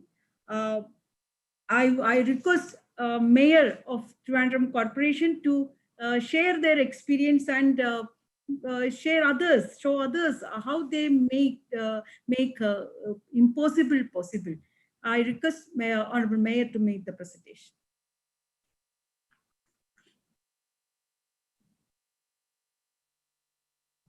Thiruvananthapuram നഗരസഭയുടെ കേന്ദ്രീകൃത മാലിന്യ സംസ്കരണ plant Vilappilsala, അവിടേക്കുള്ള മാലിന്യ നീക്കം 2011 December മാസം 21-ാം തീയതിയോടുകൂടി തടസ്സപ്പെട്ടു. തുടർന്ന് നഗരസഭയുടെ മാലിന്യ സംസ്കരണ പ്രതിസന്ധി വളരെ വലുതാവുകയുണ്ടായി. നഗരസഭ വളരെ വേഗത്തിൽ തന്നെ മാലിന്യ സംസ്കരണവുമായി ബന്ധപ്പെട്ട് എൻ്റെ നഗരം സുന്ദര നഗരം എന്ന പദ്ധതിക്ക് രൂപം നൽകുകയും ഉറവിട മാലിന്യ സംസ്കരണ പ്രവർത്തനങ്ങൾ ആരംഭിക്കുകയും ചെയ്തു. ഇന്ത്യയിൽ ആദ്യമായി അജൈവ മാലിന്യങ്ങൾ ശേഖരിക്കുന്നതിന് കലണ്ടർ സിസ്റ്റം നടപ്പാക്കിയിട്ടുള്ളത് തിരുവനന്തപുരം നഗരസഭയാണ്. നഗരസഭയുടെ അഭിമാനകരമായ ഒരു നേട്ടമാണ് ഒറ്റത്തവണ ഉപയോഗിക്കുന്ന പ്ലാസ്റ്റിക്കുകൾ നിരോധിച്ചതും ഗ്രീൻ പ്രോട്ടോകോൾ നടപ്പിലാക്കിയതും. ഇവിടെ നടന്ന എല്ലാ ഇന്റർനാഷണൽ മത്സരങ്ങളിലും കർശനമായിട്ടുള്ള ഗ്രീൻ പ്രോട്ടോകോളും EPRഉം നടപ്പിലാക്കി. Trivandrum is the capital city as well as the largest city in the state with close to 1 million residents. Following the closure of centralized waste management plant at Villappilshala in 2013, the city was facing a crisis in managing the solid waste generated. After analyzing the quantity and quality of waste generated, it was decided to adopt a decentralized and overflow management of segregated solid waste. The city launched a mission named My City Beautiful City in 2014 to make Trivandrum a zero waste city. The city is spread across 214 square kilometers, which is divided into 100 wards. The 100 wards is clustered under 25 health circles to coordinate health and sanitation activities. Being a coastal city, the density of population is high with 4,511 persons per square kilometers. Being the capital city and the headquarters of governance, the city attracts a huge floating population close to 500,000 on a daily basis. The city generates about 350 tons of waste on a daily basis, of which about 49% comes from households, 21% from street sweeping, 9% from commercial establishments. Markets, hotels, and restaurants, along with institutions, contribute 14% of total waste, and bulk waste generators form 3%.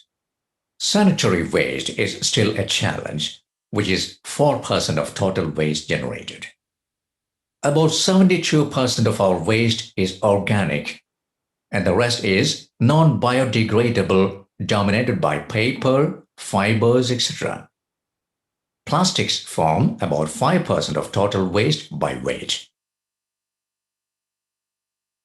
Based on the above findings, the city adopted the following strategy built on the concepts of waste minimization and effective enforcement.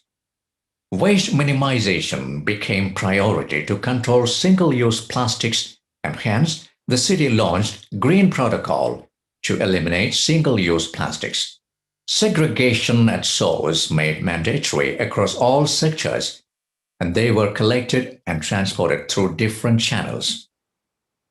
Since 72% is organic and 49% of it is coming from households, the city decided to go for source-level management of organic discards from households and institutions.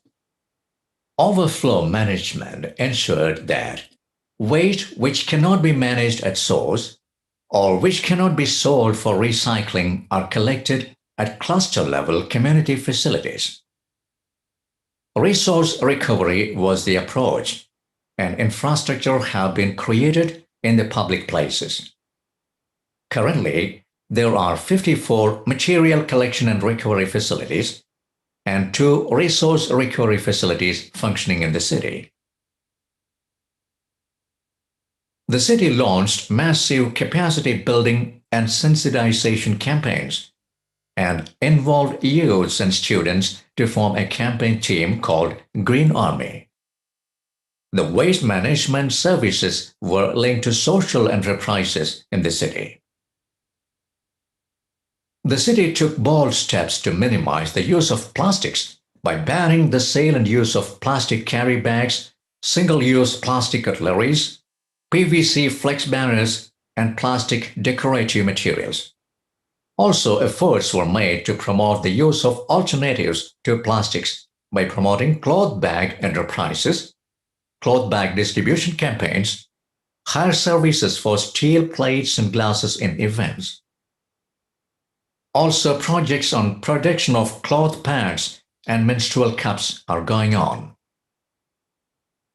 Segregation of waste at source is mandatory, and the city encourages people to do source-level management of organic waste through composting or biomethanation.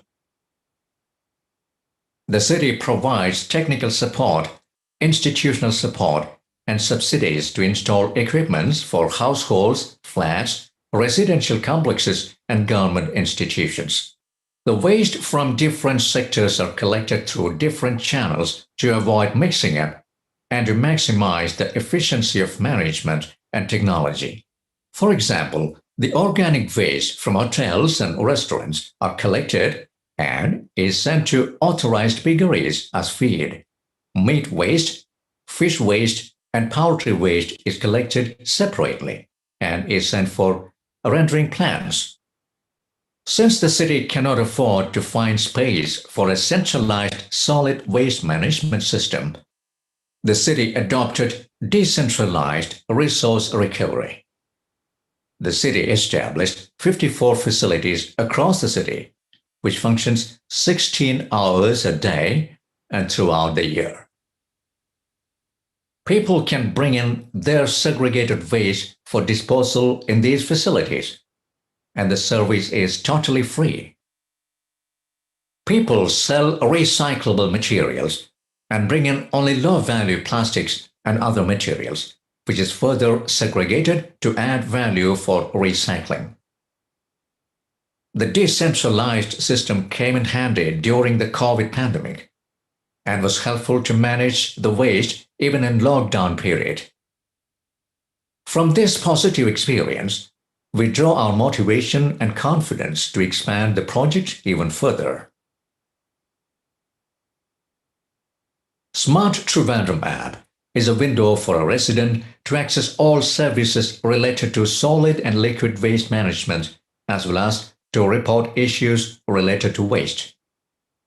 A calendar system has been established for segregated collection of non-biodegradable discards in various categories. The city organizes regular door-to-door campaigns, cultural programs, vocational training programs, student campaigns, live demonstrations, etc. Some of the campaigns launched in the city include Go Green Expo, which was an exhibition cum sale event for alternative products to plastics, Haritha Nagarotsavam, a waste management awareness campaign involving school students, Green Army, a voluntary wing of the municipal corporation constituted by students and volunteers to work with waste management and implementation of Green Protocol and Green Congress to spread awareness among school students. The city has launched urban kitchen gardens to integrate source-level composting to produce safe-to-eat food at home. The city provides technical support and subsidies for setting up kitchen gardens. A very innovative and significant step towards waste minimization was taken when Trivandrum Municipal Corporation, TMC, with the support of SUCHITWA mission, developed and implemented the Green Protocol with the 2015 National Games.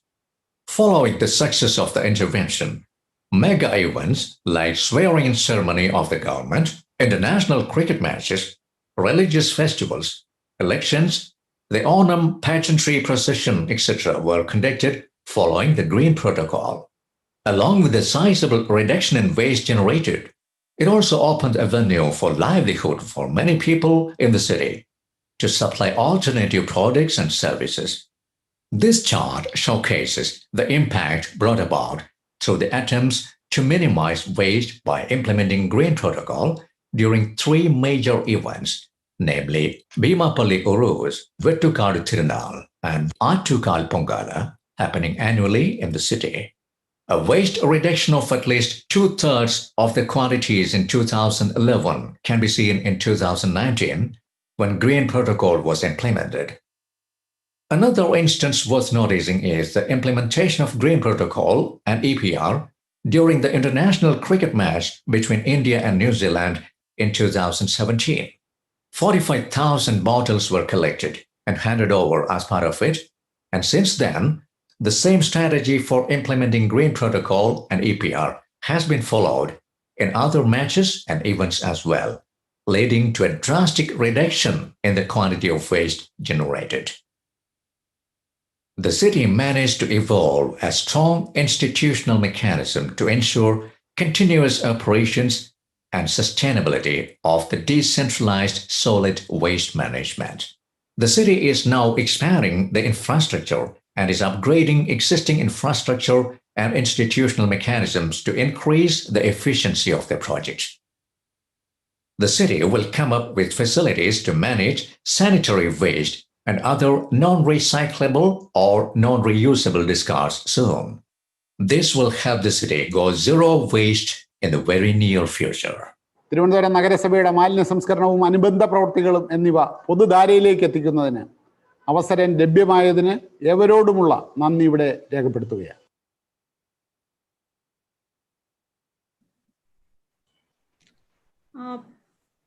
Our presentations are over. I request Dr. Joy to start the panel discussion.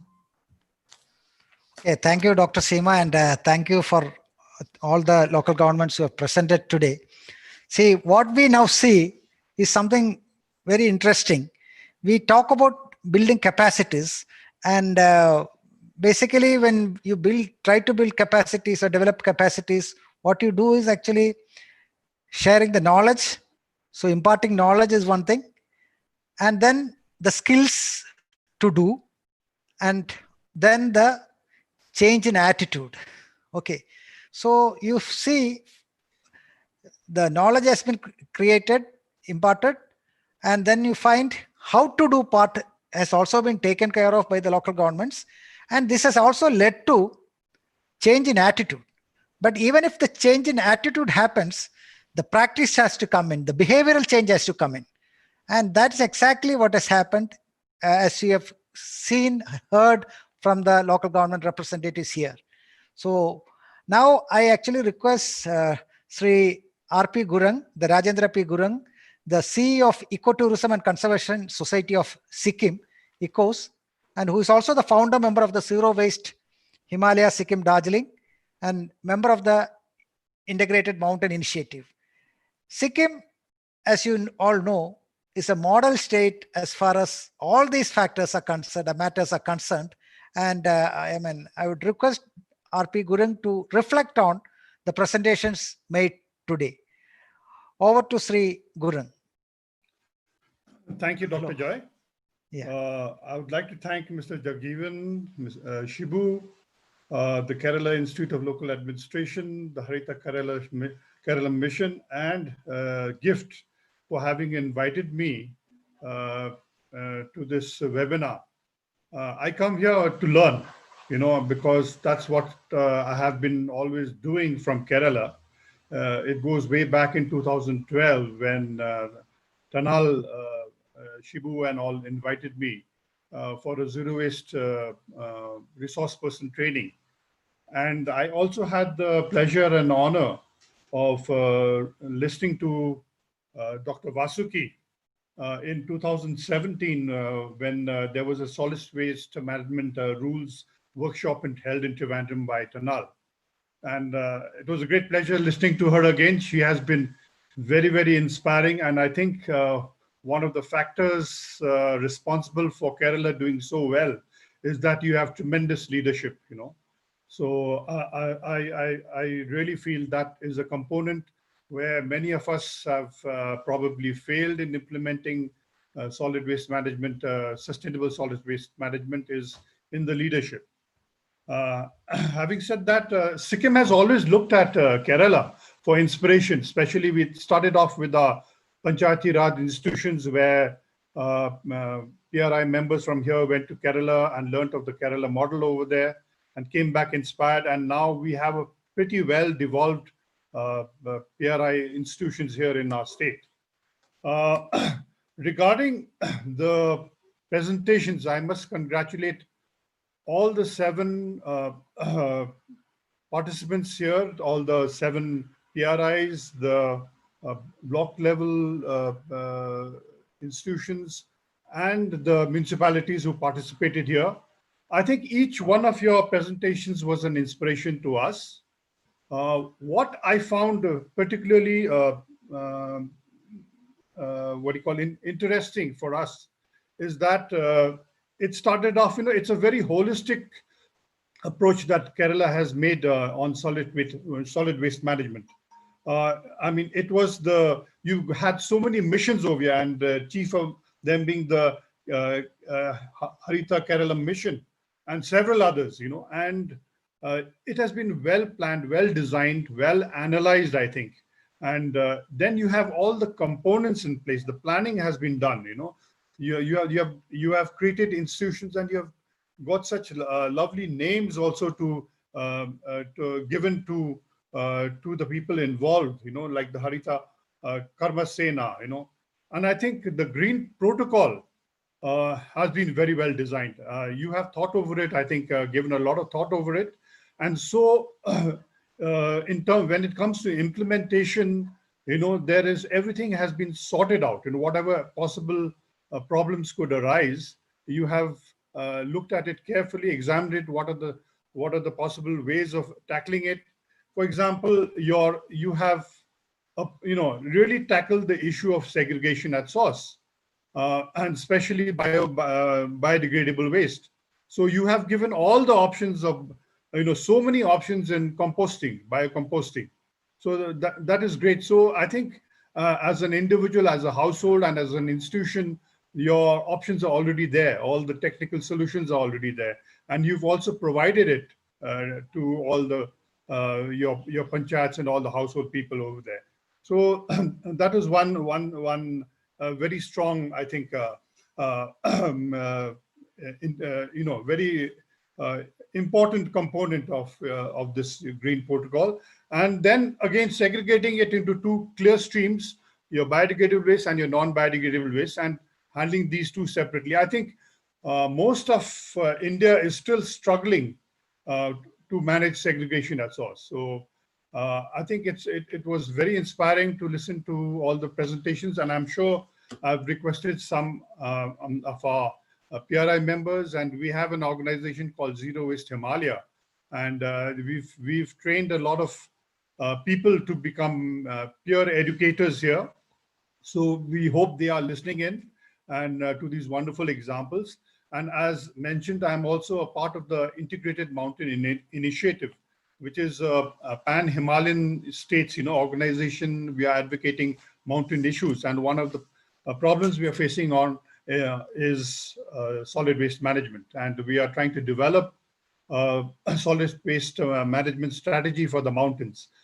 This way began again way back in 2010 when Gaya Shibu was there, and we met in Himachal to sort of deliberate on this whole problem of waste which the mountains were facing. Mountains are always sort of people think that they are pristine places, clean, pure, but then this very disturbing factor was the amount of waste that was being accumulated in the mountains. So we do hope to take Kerala's example here and spread the word round of what are practical solutions to this problem.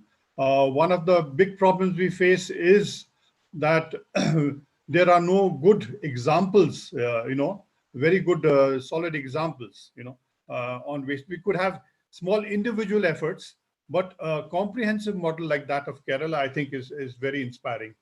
So,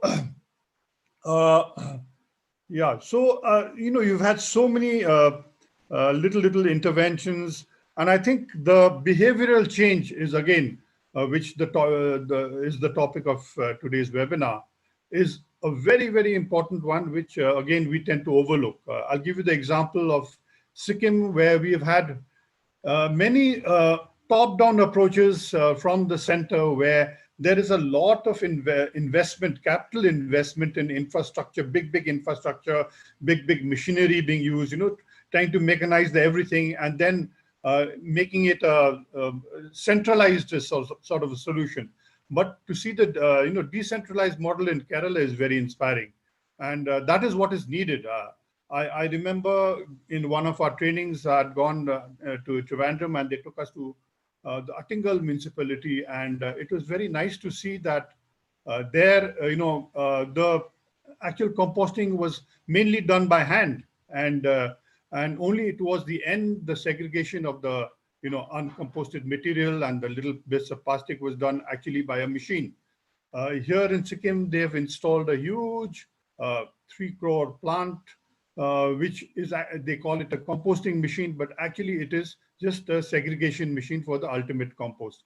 So these are the things I think you all have had a lot of practical, I think, approaches, and things like using alternative eco-friendly materials. Your plastic bag campaigns done by most of the municipalities was very, very inspiring.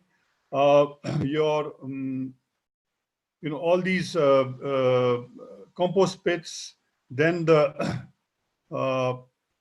all the infrastructure for the non-biodegradable waste to be handled, and then linking it to the private sector. I think you mentioned the linking to the Clean Kerala company, and then overall a very strong vigilance. I mean, this is engaging the community in strong vigilance to see that the offenders were punished, taking strong action. So there, I think you have to use a carrot and stick approach.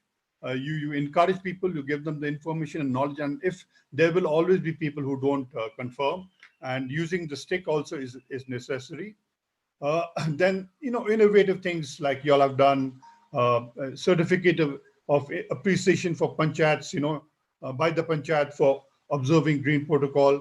Then your pen collection boxes, that is very innovative. And I think we also learned how to make those paper pens from y'all, like KCC in Sikkim, and coir pots to replace plastic grow bags, bamboo waste bins. Then, even having a banana plantation set up, So what was very interesting to see is the consistent approach, everyone being involved, all the panchayats being so strongly involved, So, so I was asked to, do I ask some questions here, Mr. Joy, Dr. Joy? You can.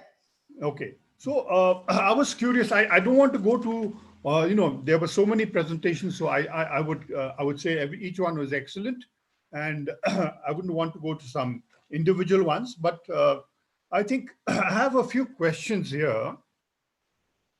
One was, I think it was mentioned in the Trivandrum case. What do you do with hazardous waste? Like especially domestic sanitary waste and things like e-waste, which all comes out. What are you doing with that? Okay. And what is normal is, like in our side, we did a lot of plastic bans. We did the plastic bag ban way back in 1995 in Sikkim. And then we've had bans on thermocol and now even single-use plastic. So I was curious to know what sort of bans have been imposed there, and how are you going about it? Okay. And then where do the ultimate discards go? I do see that you have used plastics, some non-recyclable plastic for road making, but does it all go there, or do you still have landfills over there, sanitary landfills?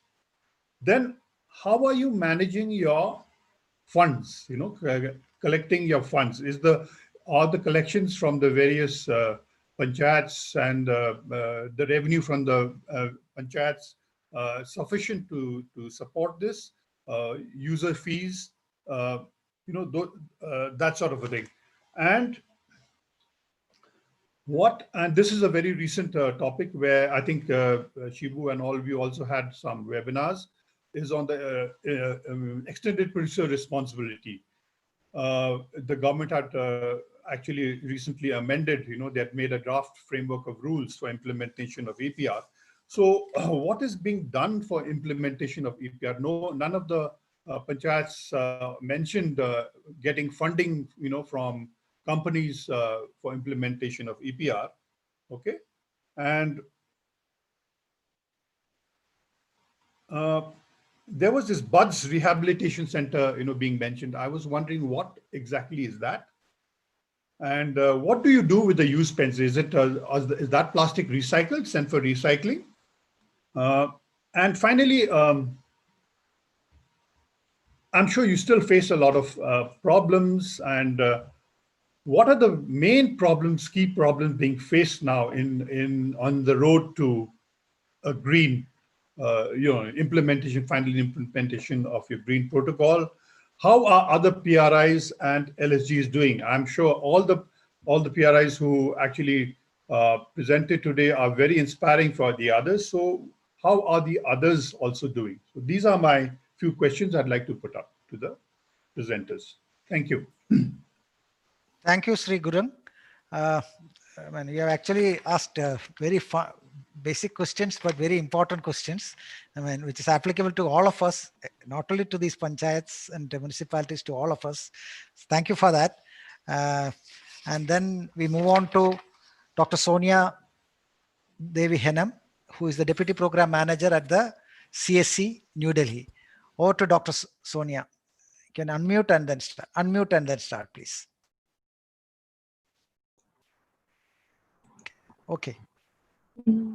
So first of all, please accept my sincere congratulations on such a successful event.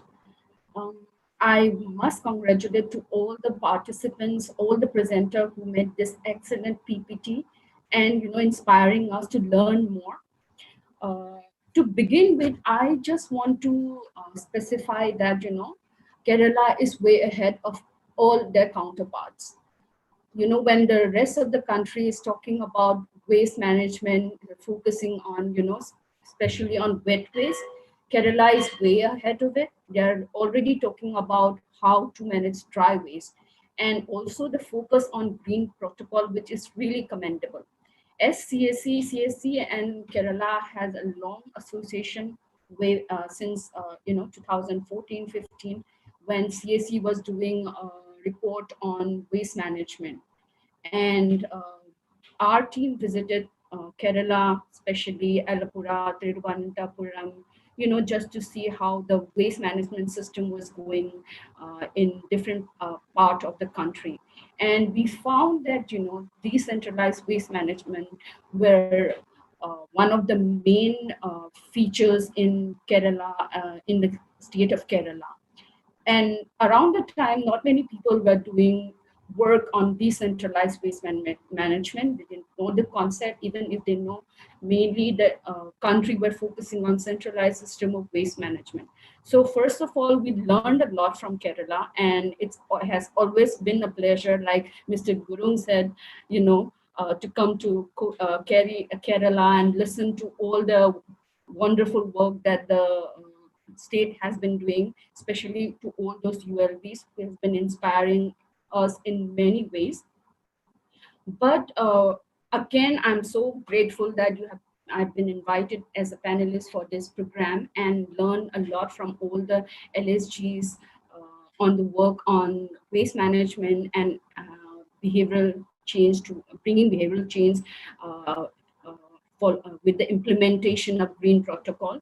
So from all the 7 presentation, what I found common thing is that, they all have a holistic approach, a very consistent approach.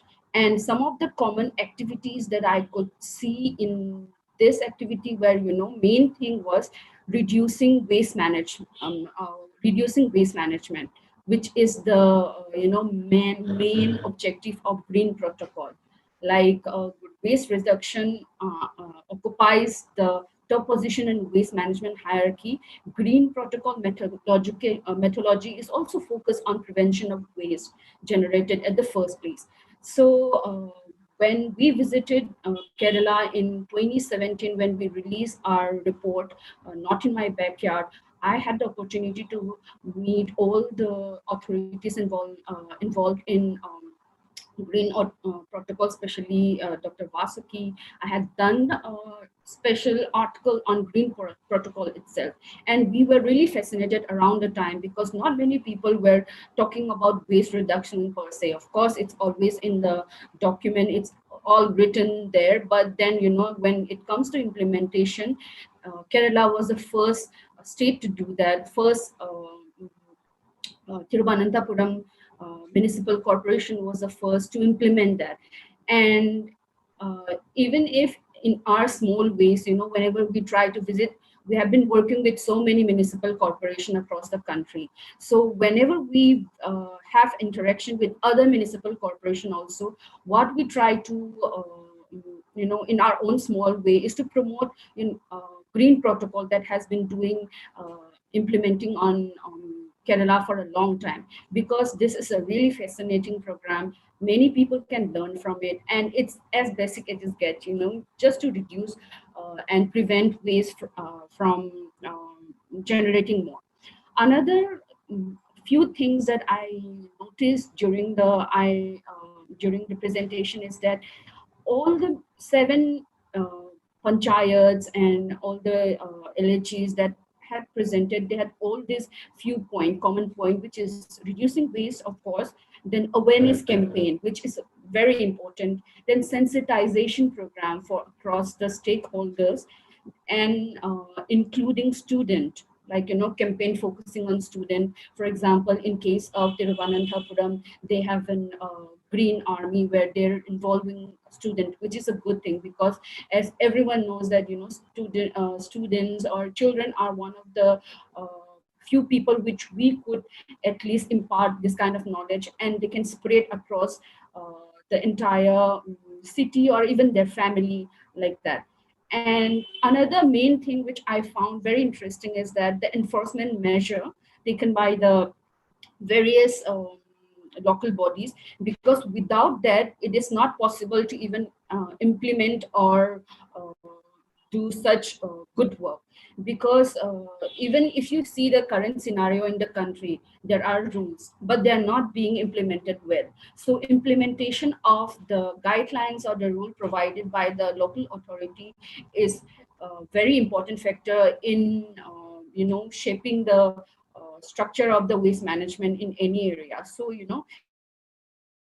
enforcement measures taken by all the municipality, local bodies and Gram Panchayat, it's a good thing. The constant visual, which was given in most of the presentation, which is really required in our days time, because people know about certain things, but when it comes to implementation, it has always been an issue. So this is really required. Then another thing is alternative to plastics, which has various campaign has been taken up by the LSG, like for alternative to plastic, where they are making cloth bags through Kudumrishri, and also even I remember one instances when we were in Tiruvananthapuram during 2017. This was the first time in a meeting where we were drinking tea in a steel cup. So it was a different change that we saw. And it was we were also talking among ourselves that this is really good, because most of the event that you see in any part of India, they are using either recyclables or something like that. But here, steel was we were using steel cup to drink tea. So all these things takes effort, but it is for a good cause. That should be kept in everybody's mind. And last but not least, the green protocol has been implemented in other not just institutional area, but festival, marriage, event, and everyone is implementing that, which is a good thing. I remember in one of the presentation, one of the LHGs, which one was it? I just need to check that, they were not attending the marriage if they're not following green protocol. So that's one of the testimony of strong will that the local body have.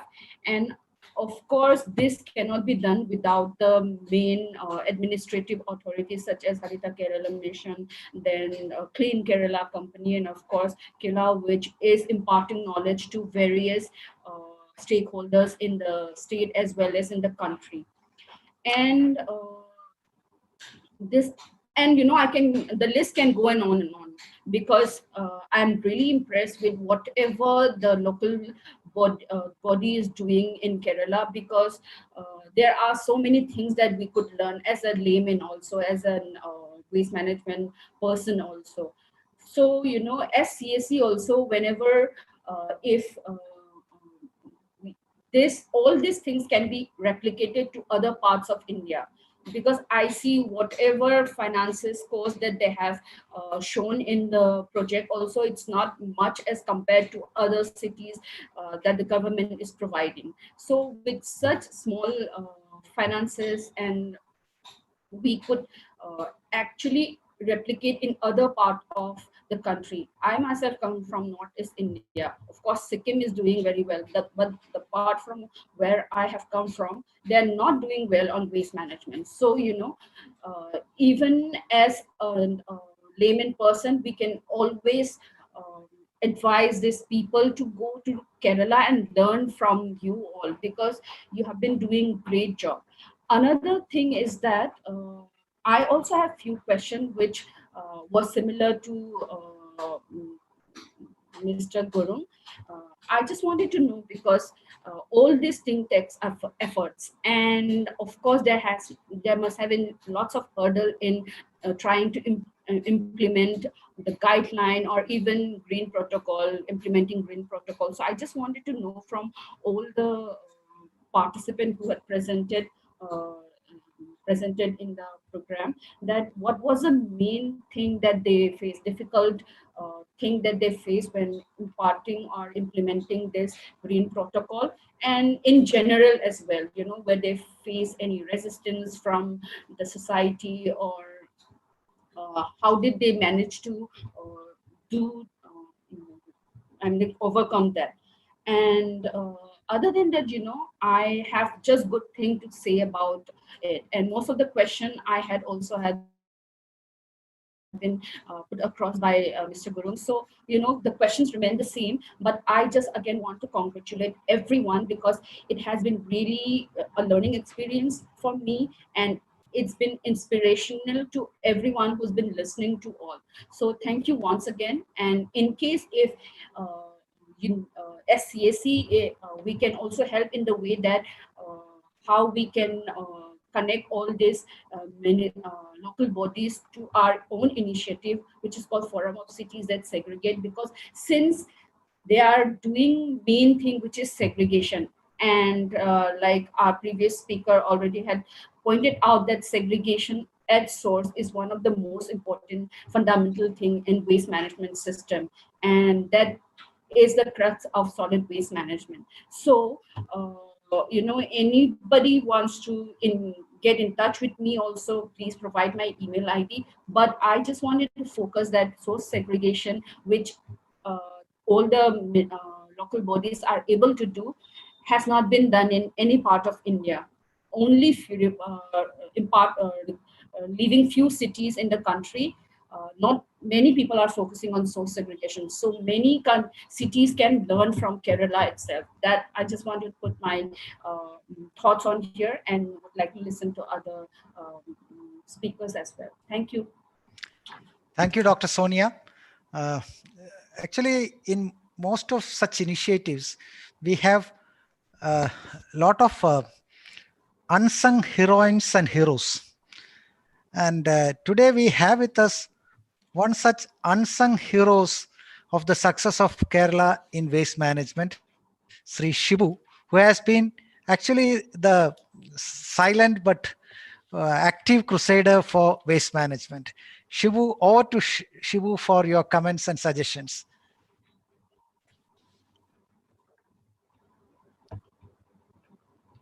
Shibu. Shibu was here.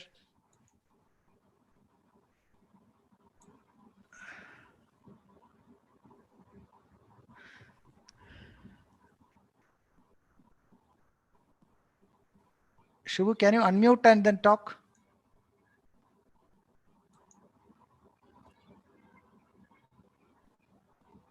Shibu lost connectivity, I think. Sir, I think he will join back.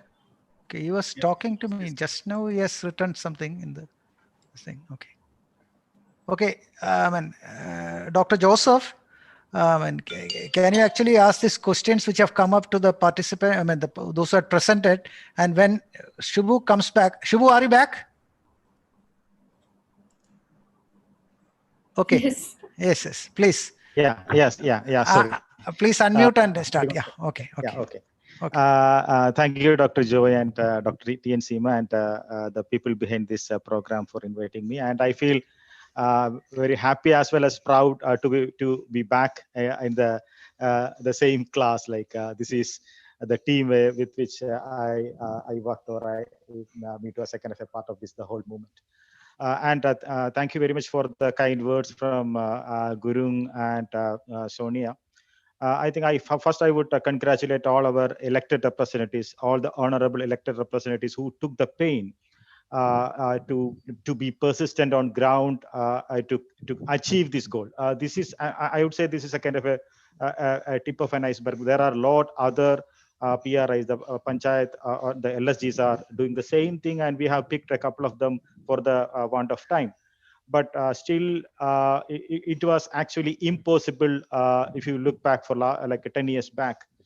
And I should also acknowledge that the kind of humiliation or the kind of the hard questions faced by the leadership here, to name like from Dr. Ajay Kumar Verma, or Dr. Vasuki and Dr. T.N. Seema, the people who were like, they were answerable to media, to the policy makers, to the government, and to the public, but they stood very strong, and they took that kind of a persistency in their program and the continuity. They maintained the continuity. That is a very important thing.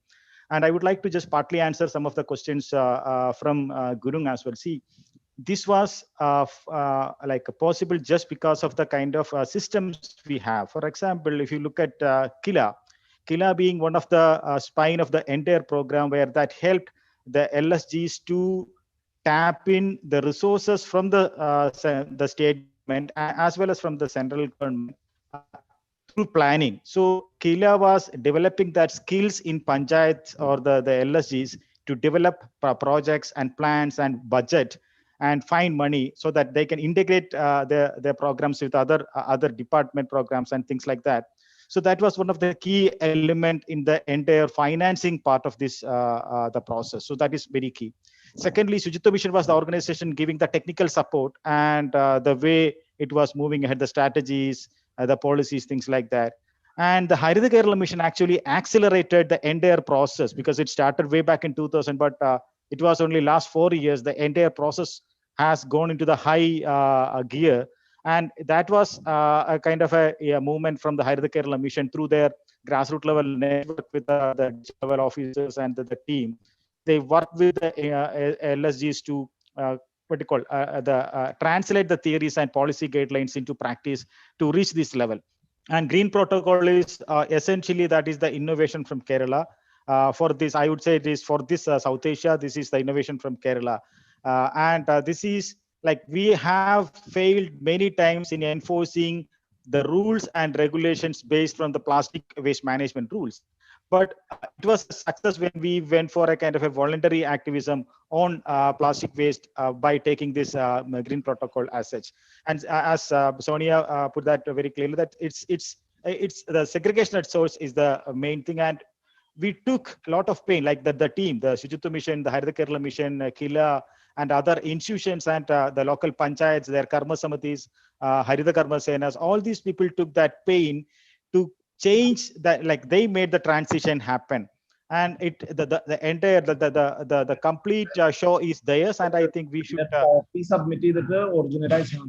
should actually support, like we should actually congratulate them for making this possible. And yes, we have a lot for to go, and we need to consolidate the work happening at the ground. At the same time, I think I have no questions to ask them because I have to again answer it back. The other question was on sanitary waste. Unfortunately, we don't have a sanitary waste management program right now. So it is either being like sent to the nearest landfills, or it's being burnt at the things like that is happening. And for yes, electronic waste, there is this. We have another institution called the Clean Kerala Company. They are managing the impossible waste like hazardous waste or even electronic waste or even medical waste. They have several separate programs, so that the segregated collection and transportation of waste based on the characteristics of waste is another innovation from Kerala that made the entire program a kind of a success. I wish that the program continue, though we are seeing some changes in the horizon of the policies at the state level, but I think that the political will at the grassroots level, the leadership of the local panchayats will help us to achieve zero waste in near future. And by just concluding here, I just want to air my concern over the recent EPR guidelines. I think my request to all the organizations here, SUCHITWA Mission, Haritha Kerala Mission, and KERALAM, and our LSGs, like the municipal corporations like Trivandrum, who had that kind of, they took the hard work to reach this level, that the EPR guidelines are going to be a kind of a hurdle for our LSGs. It is time, like we have shown the world that we can do, and we did it. We implemented it in our government offices, then only we went to the public. We created models, we replicated it, and we created policies and institutional mechanism for it. And right now, this is our time to fight against those policies which are going to hamper our growth. I think we should have that right. The LSG should get the right to decide on EPR, extended producer responsibility. It should not be the central kind of a committee at the national level deciding for the state government or for the LSGs, because it was possible only because Kerala was following decentralized or people's planning or decentralized governance, and everything was attached to it, and that is the model. And for Asia, I will say that for South Asia, Kerala, the experience of Kerala is a kind of a very clear story how we should go about for a sustainable world. I think I would also like the kind of concern from Dr. Vasuki was that whether we will see this in near future. I am very optimistic about it. See, I would also acknowledge that women leadership. Dr. T.N. Seemada, as a kind of with a political background, who was also a kind of a strong campaigner for the water bodies in Kerala, as well as a kind of from a bureaucracy side, Dr. Vasuki. These two people, their tremendous contribution and the energy and spirit is now reflected in all 7 presentations. And thank you everyone for making this possible. Thank you. Thank you for inviting. Thank you, Shibu. I'm not going to take much time from my side. One thing is very clear. It has been a definitely it has been a difficult part to get the behavioral change happen. And most of these presentations actually talk about how this has happened, but the questions are also about how did they face it, what are the problems faced in even for implementing green protocol and other things. Now I hand it over to Dr. Joseph, the director of Gulati Institute, to lead the question answer session. Over to Dr. Joseph. And also welcome Dr. Thomas Isaac, the finance minister, for this meeting. Over to Dr. Joseph. I'm not inclined to take much time, but I must say that the local self-government representatives, they deserve so much of compliment. Any amount of compliment will not be an excess. We all know that there is enormous inertia for change, both at the level of institutions and at the individuals and at the organizational level.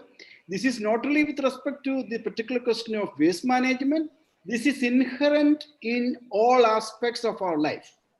Now the question is, how best you can bring such change, which we have seen some tendency towards change, how it is made possible. And what is evident from the discussion here is, as Shibu rightly articulated, there has been an overarching institutional architecture to facilitate.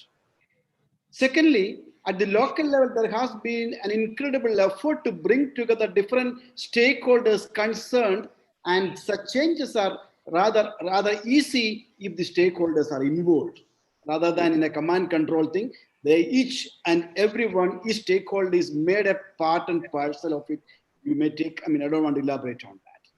Now, this is what actually, these are the 2 aspects has been highlighted, but there are a number of questions, a few questions came, all the questions Mr. Shivu has almost rightly answered.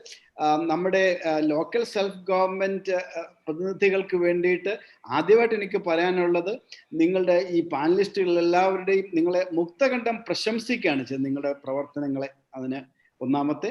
രണ്ടാമത്തെ കാര്യം, 1-2 ചോദ്യങ്ങൾ അവർ ചോദിച്ചത്. ഒന്നാമത്തെ ചോദ്യം എന്താ വെച്ചാൽ, ഇങ്ങനെ ഉള്ള ഒരു മാറ്റം വരുത്തുന്നതിൽ നിങ്ങൾ അഭിമുഖീകരിച്ച പ്രതിസന്ധികൾ എന്തൊക്കെയാണ്, വളരെ ബ്രീഫായിട്ട് പറയാമോ?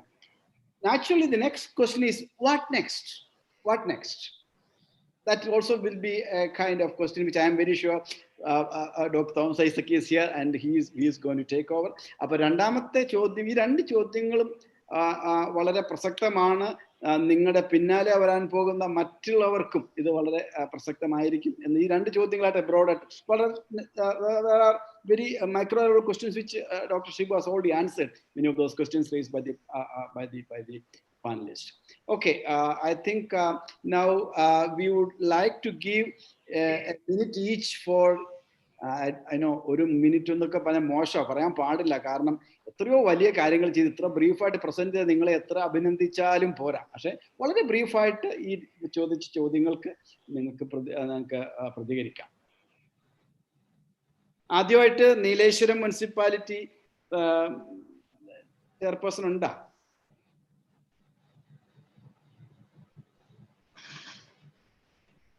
Hello hello Nileshwaram municipal chairman ഉണ്ട്.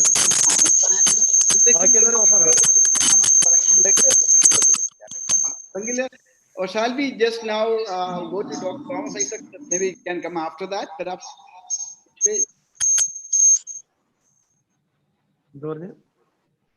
Okay, Nileshwaram, please.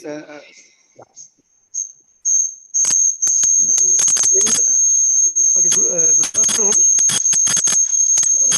Very happy greetings from all the members of the panel from Nileshwaram Municipality.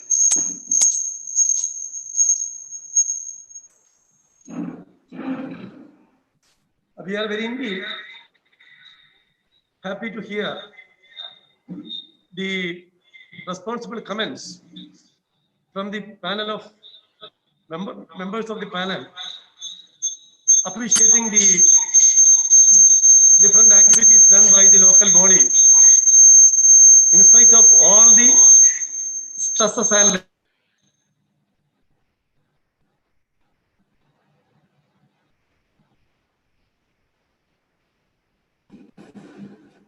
you all of may be knowing all the local bodies, whether it is local panchayat or the municipalities and municipal corporations, are undertaking these activities in a very, very difficult situation. But we never felt these activities as a difficult task because of the wholehearted support from the people of different walks of life and also from the Harita Keralam mission. So it is a total holistic program. That is why we never felt any hardship, though it was a very, very difficult task.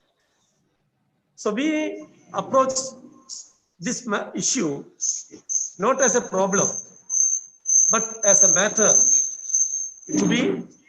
to be solved from our end and also from all the other ends in the different walks of the people. So what we expect from the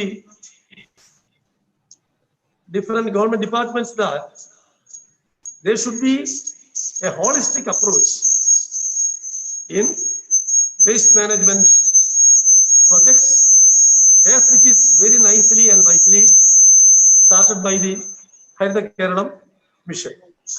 These are all the few words which we want to express, while once again thanking all the members of the panel. Thank you very much. Thank you very much for that. Very, I must say, very words from your heart. I think it's. Thank you very much. Now let's for Padiyur Kalya Grama Panchayat Kannur.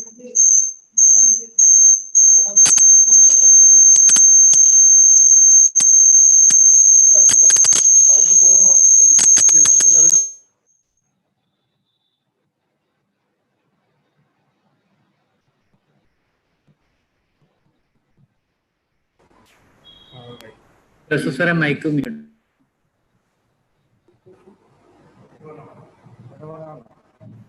പട്ടിയൂർക്കല്ലാട് ഗ്രാമപഞ്ചായത്ത് president K Sreeja.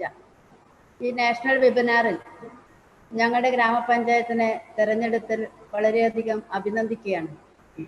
നമ്മുടെ ഗ്രാമപഞ്ചായത്ത് ആണ് ആദ്യമായിട്ട് തന്നെ ഇത്തരത്തിലുള്ള മാലിന്യ സംസ്കരണ രംഗത്തേക്കുള്ള പ്രവർത്തനത്തിന് തുടക്കം കുറിച്ചിട്ടുള്ളത്. വളരെയധികം പ്രയാസം ആ കാലങ്ങളിൽ നമുക്ക് നേരിടേണ്ടി വന്നിട്ടുണ്ട്. ആദ്യമായിട്ട് ഫ്ലക്സ് നിരോധനവുമായി ബന്ധപ്പെട്ടുകൊണ്ടുള്ള പ്രവർത്തനങ്ങളാണ് ഏറ്റെടുത്തിട്ടുള്ളത്. രാഷ്ട്രീയ പാർട്ടികളുടെയും അമ്പല കമ്മിറ്റിയുടെയും എല്ലാ ആഘോഷങ്ങളോടും ഫ്ലക്സുകൾ മാത്രം വെക്കുന്ന ഒരവസ്ഥയായിരുന്നു ആ കാലത്ത് ഉണ്ടായിട്ടുള്ളത്. പക്ഷെ അതിൽ നിന്നും മാറ്റം വരുത്തണം, മണ്ണിനെയും ജലത്തെയും സംരക്ഷിക്കണം എന്നുള്ള ആശയത്തോടു കൂടിയാണ് ഫ്ലക്സ് നിരോധനവും പ്ലാസ്റ്റിക് നിരോധനവും എന്ന ക്യാമ്പയിൻ ഏറ്റെടുത്തിട്ടുള്ളത്. ആദ്യകാലങ്ങളെല്ലാം തന്നെ ജനങ്ങളിൽ നിന്നും വളരെയധികം പ്രയാസങ്ങളും അതോടൊപ്പം തന്നെ വിമർശനങ്ങളും എല്ലാം ഏറ്റെടുക്കേണ്ടി വന്നിട്ടുണ്ട് ഗ്രാമപഞ്ചായത്ത് ഭരണസമിതിക്ക്. പക്ഷേ ജനങ്ങളെ ബോധവൽക്കരിക്കുന്നതിന് വേണ്ടിയുള്ള ക്യാമ്പയിൻ ഏറ്റെടുത്തതോടുകൂടി ജനങ്ങളെയെല്ലാം തന്നെ കാൽനട ജാഥ നടത്തിക്കൊണ്ട് ജനങ്ങളെ ബോധവൽക്കരിച്ച് സ്കൂൾ കുട്ടികൾക്ക് ശുചിത്വ പാർലമെന്റ് നടത്തി ബോധവൽക്കരിച്ച് എല്ലാ ആളുകളെയും, അമ്പല കമ്മിറ്റിയെയും രാഷ്ട്രീയ പാർട്ടി പ്രതിനിധികളെയും മുഴുവൻ ആളുകളെയും യോഗങ്ങൾ വിളിച്ചു ചേർത്തുകൊണ്ട് ഈ ആശയം മുന്നോട്ട് വെക്കുകയും അങ്ങനെ എല്ലാ ആളുകളും പിന്നീട് ഞങ്ങളോടൊപ്പം അണിനിരക്കുന്ന കാഴ്ചയായിരുന്നു ഞങ്ങളുടെ ഗ്രാമപഞ്ചായത്തിൽ കാണാൻ സാധിച്ചിട്ടുള്ളത്. അതുകൊണ്ട് തന്നെ 4 വർഷക്കാലം പിന്നിടുമ്പോൾ നമ്മുടെ ഗ്രാമപഞ്ചായത്ത് ഗ്രാമീണ മേഖലയിലുള്ള സ്ത്രീകളെല്ലാം തന്നെ നമുക്ക് കാണാൻ സാധിക്കും. മത്സ്യവണ്ടിക്കാരൻ വരുമ്പോൾ തട്ടിയും അല്ലെങ്കിൽ പാത്രങ്ങളും എടുത്തുകൊണ്ട് ഗ്രാമീണ സ്ത്രീകൾ മത്സ്യം വാങ്ങാൻ പോകുന്ന കാഴ്ചയാണ് നമ്മുടെ ഗ്രാമപഞ്ചായത്തിൽ കാണാൻ സാധിക്കുന്നത്. അതോടൊപ്പം തന്നെ ഒരു കച്ചവടക്കാരനും പ്ലാസ്റ്റിക് സഞ്ചിയിൽ സാധനം വിൽക്കില്ല എന്ന നിലയിലേക്ക് അവരെ ബോധവൽക്കരിച്ച് എടുത്തുകൊണ്ട് വ്യാപാരികളെ എല്ലാം തന്നെ നമ്മുടെ ഒന്നിച്ചു കൊണ്ടുവരാൻ വേണ്ടി നമുക്ക് സാധിച്ചു. മറ്റ് പഞ്ചായത്തുകളിൽ നിന്നും ആളുകൾ നമ്മുടെ പഞ്ചായത്തിലേക്ക് വണ്ടികളിൽ സാധനം വിൽക്കാൻ വരുമ്പോൾ അതിർത്തികൾ നോക്കി പ്ലാസ്റ്റിക് സഞ്ചിയിൽ കൊടുക്കുന്ന ഒരു നിലയാണ് ഇപ്പോൾ നമുക്ക് കാണാൻ വേണ്ടി സാധിക്കുന്നത്. നമ്മുടെ ഗ്രാമപഞ്ചായത്തിലെ ആളുകൾക്ക് തുണി സഞ്ചി അല്ലെങ്കിൽ മറ്റ് ബദൽ ഉൽപ്പന്നങ്ങൾ ഉണ്ടാക്കിക്കൊണ്ടുള്ള പ്രവർത്തനങ്ങളാണ് നടക്കുന്നത്. ഫൈന് എന്ന നിലയിൽ തന്നെ നമുക്ക് കാണാൻ സാധിക്കും.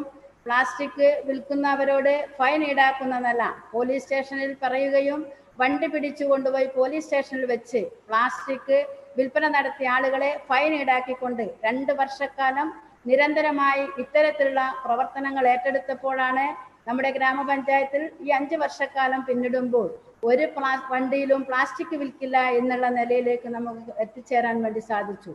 അങ്ങനെ നമ്മുടെ ഗ്രാമപഞ്ചായത്തിനെ മാലിന്യമുക്ത പഞ്ചായത്തായി പ്രഖ്യാപിക്കുന്ന വേണ്ടിയുള്ള പ്രവർത്തനങ്ങൾ ഏറ്റെടുക്കുകയും അത് ആ നിലയിൽ തന്നെ ജനുവരി മാസം കഴിഞ്ഞ ജനുവരി മാസം നമുക്കത് പ്രഖ്യാപിക്കുവാനും വേണ്ടി സാധിച്ചിട്ടുണ്ട്. കുട്ടികൾക്ക് ശുചിത്വശീലം എന്ന നിലയിൽ ഇവിടെ സൂചിപ്പിച്ചതുപോലെ വാട്ടർ ബോട്ടിലും തുണി ബാഗും കൊടുത്തുകൊണ്ട് പേന ബൂത്ത് നൽകിക്കൊണ്ട് മഷിപ്പേന ഉപയോഗിക്കാനുള്ള പ്രവർത്തനങ്ങൾക്ക് നേതൃത്വം കൊടുത്തു. ഗ്രീഷ്മോത്സവം പോലെയുള്ള പ്രവർത്തനങ്ങളെല്ലാം നടത്തി അവരെ അതിലേക്ക് കൊണ്ടുവരാനുള്ള പ്രവർത്തനം നടത്തി. അങ്ങനെ ഓരോ പ്രവർത്തനങ്ങളും ഓരോ ക്യാമ്പയിൻ ഏറ്റെടുത്തുകൊണ്ട് വിപുലമായ പരിപാടികൾ സംഘടിപ്പിച്ചുകൊണ്ട് മോണിറ്ററിംഗ് നടത്തിക്കൊണ്ട് ഓരോ മാസങ്ങൾ കൂടുമ്പോഴും രാഷ്ട്രീയ പാർട്ടികളുടെയും അമ്പല കമ്മിറ്റിയുടെയും സ്കൂൾ അധ്യാപകരുടെയും എല്ലാ യോഗങ്ങളും വിളിച്ചു ചേർത്തുകൊണ്ട് നിരന്തരമായ മോണിറ്ററിംഗ് നടത്തിക്കൊണ്ടാണ് നമ്മുടെ ഗ്രാമപഞ്ചായത്തിന്റെ പ്രവർത്തനം മുന്നോട്ട് പോകുന്നത്. അതുകൊണ്ട് തന്നെ നമ്മുടെ പഞ്ചായത്ത് 5 വർഷക്കാലം പിന്നിടുമ്പോൾ മാലിന്യമില്ലാത്ത ഒരു പഞ്ചായത്തായി പ്രഖ്യാപിക്കുവാനും ജലസംരക്ഷണം തോടുകളും പുഴകളും എല്ലാം തന്നെ മലിനമാക്കാത്ത നിലയിലേക്ക് സംരക്ഷിക്കാൻ വേണ്ടി സാധിച്ചു എന്നുള്ളതാണ്. ആന്റി സർവേലൻസ് കോഡ് രൂപീകരിച്ചുകൊണ്ടാണ് ഇതിന്റെ പ്രവർത്തനങ്ങൾ നടത്തുന്നത്. എവിടെയെങ്കിലും മാലിന്യം നിക്ഷേപിക്കുന്നത് കണ്ടാൽ അപ്പോൾ തന്നെ അവർ വിവരം പറയുകയും ആക്ഷൻ എടുക്കുന്ന നിലയിലേക്ക് പോകുന്ന നിലയാണ് ഉണ്ടായിട്ടുള്ളത്. അതുകൊണ്ട് തന്നെ നമുക്കറിയാം, മുഖ്യമന്ത്രിയുടെ പ്രഥമ ഹരിത അവാർഡ് നമുക്ക് വാങ്ങാൻ വേണ്ടി സാധിച്ചു. അതോടൊപ്പം തന്നെ സ്വച്ഛ് ഭാരത് പുരസ്കാരവും നമ്മുടെ ഗ്രാമപഞ്ചായത്തിന് നേടാൻ സാധിച്ചു എന്നുള്ളതാണ്. ഗവൺമെന്റ് പറയുന്ന നിലയിലേക്ക് ഹരിത കേരള മിഷനുമായി ചേർന്നുകൊണ്ട് ഹരിത കേരള മിഷന്റെ നിർദ്ദേശാനുസരണം പ്രവർത്തിച്ചതിന്റെ ഭാഗമായിട്ടാണ് നമുക്കിതെല്ലാം നേടാൻ വേണ്ടി സാധിച്ചിട്ടുള്ളത്. അതുകൊണ്ട് തന്നെ നമ്മുടെ ഈ വെബിനാറിൽ പങ്കെടുപ്പിച്ചതിൽ വളരെയധികം ഗവൺമെന്റിനെയും അതോടൊപ്പം തന്നെ ഇതിന്റെ സംഘാടകരെയും ഗ്രാമപഞ്ചായത്ത് ഭരണസമിതിക്ക് വേണ്ടി അഭിനന്ദിക്കുകയാണ്.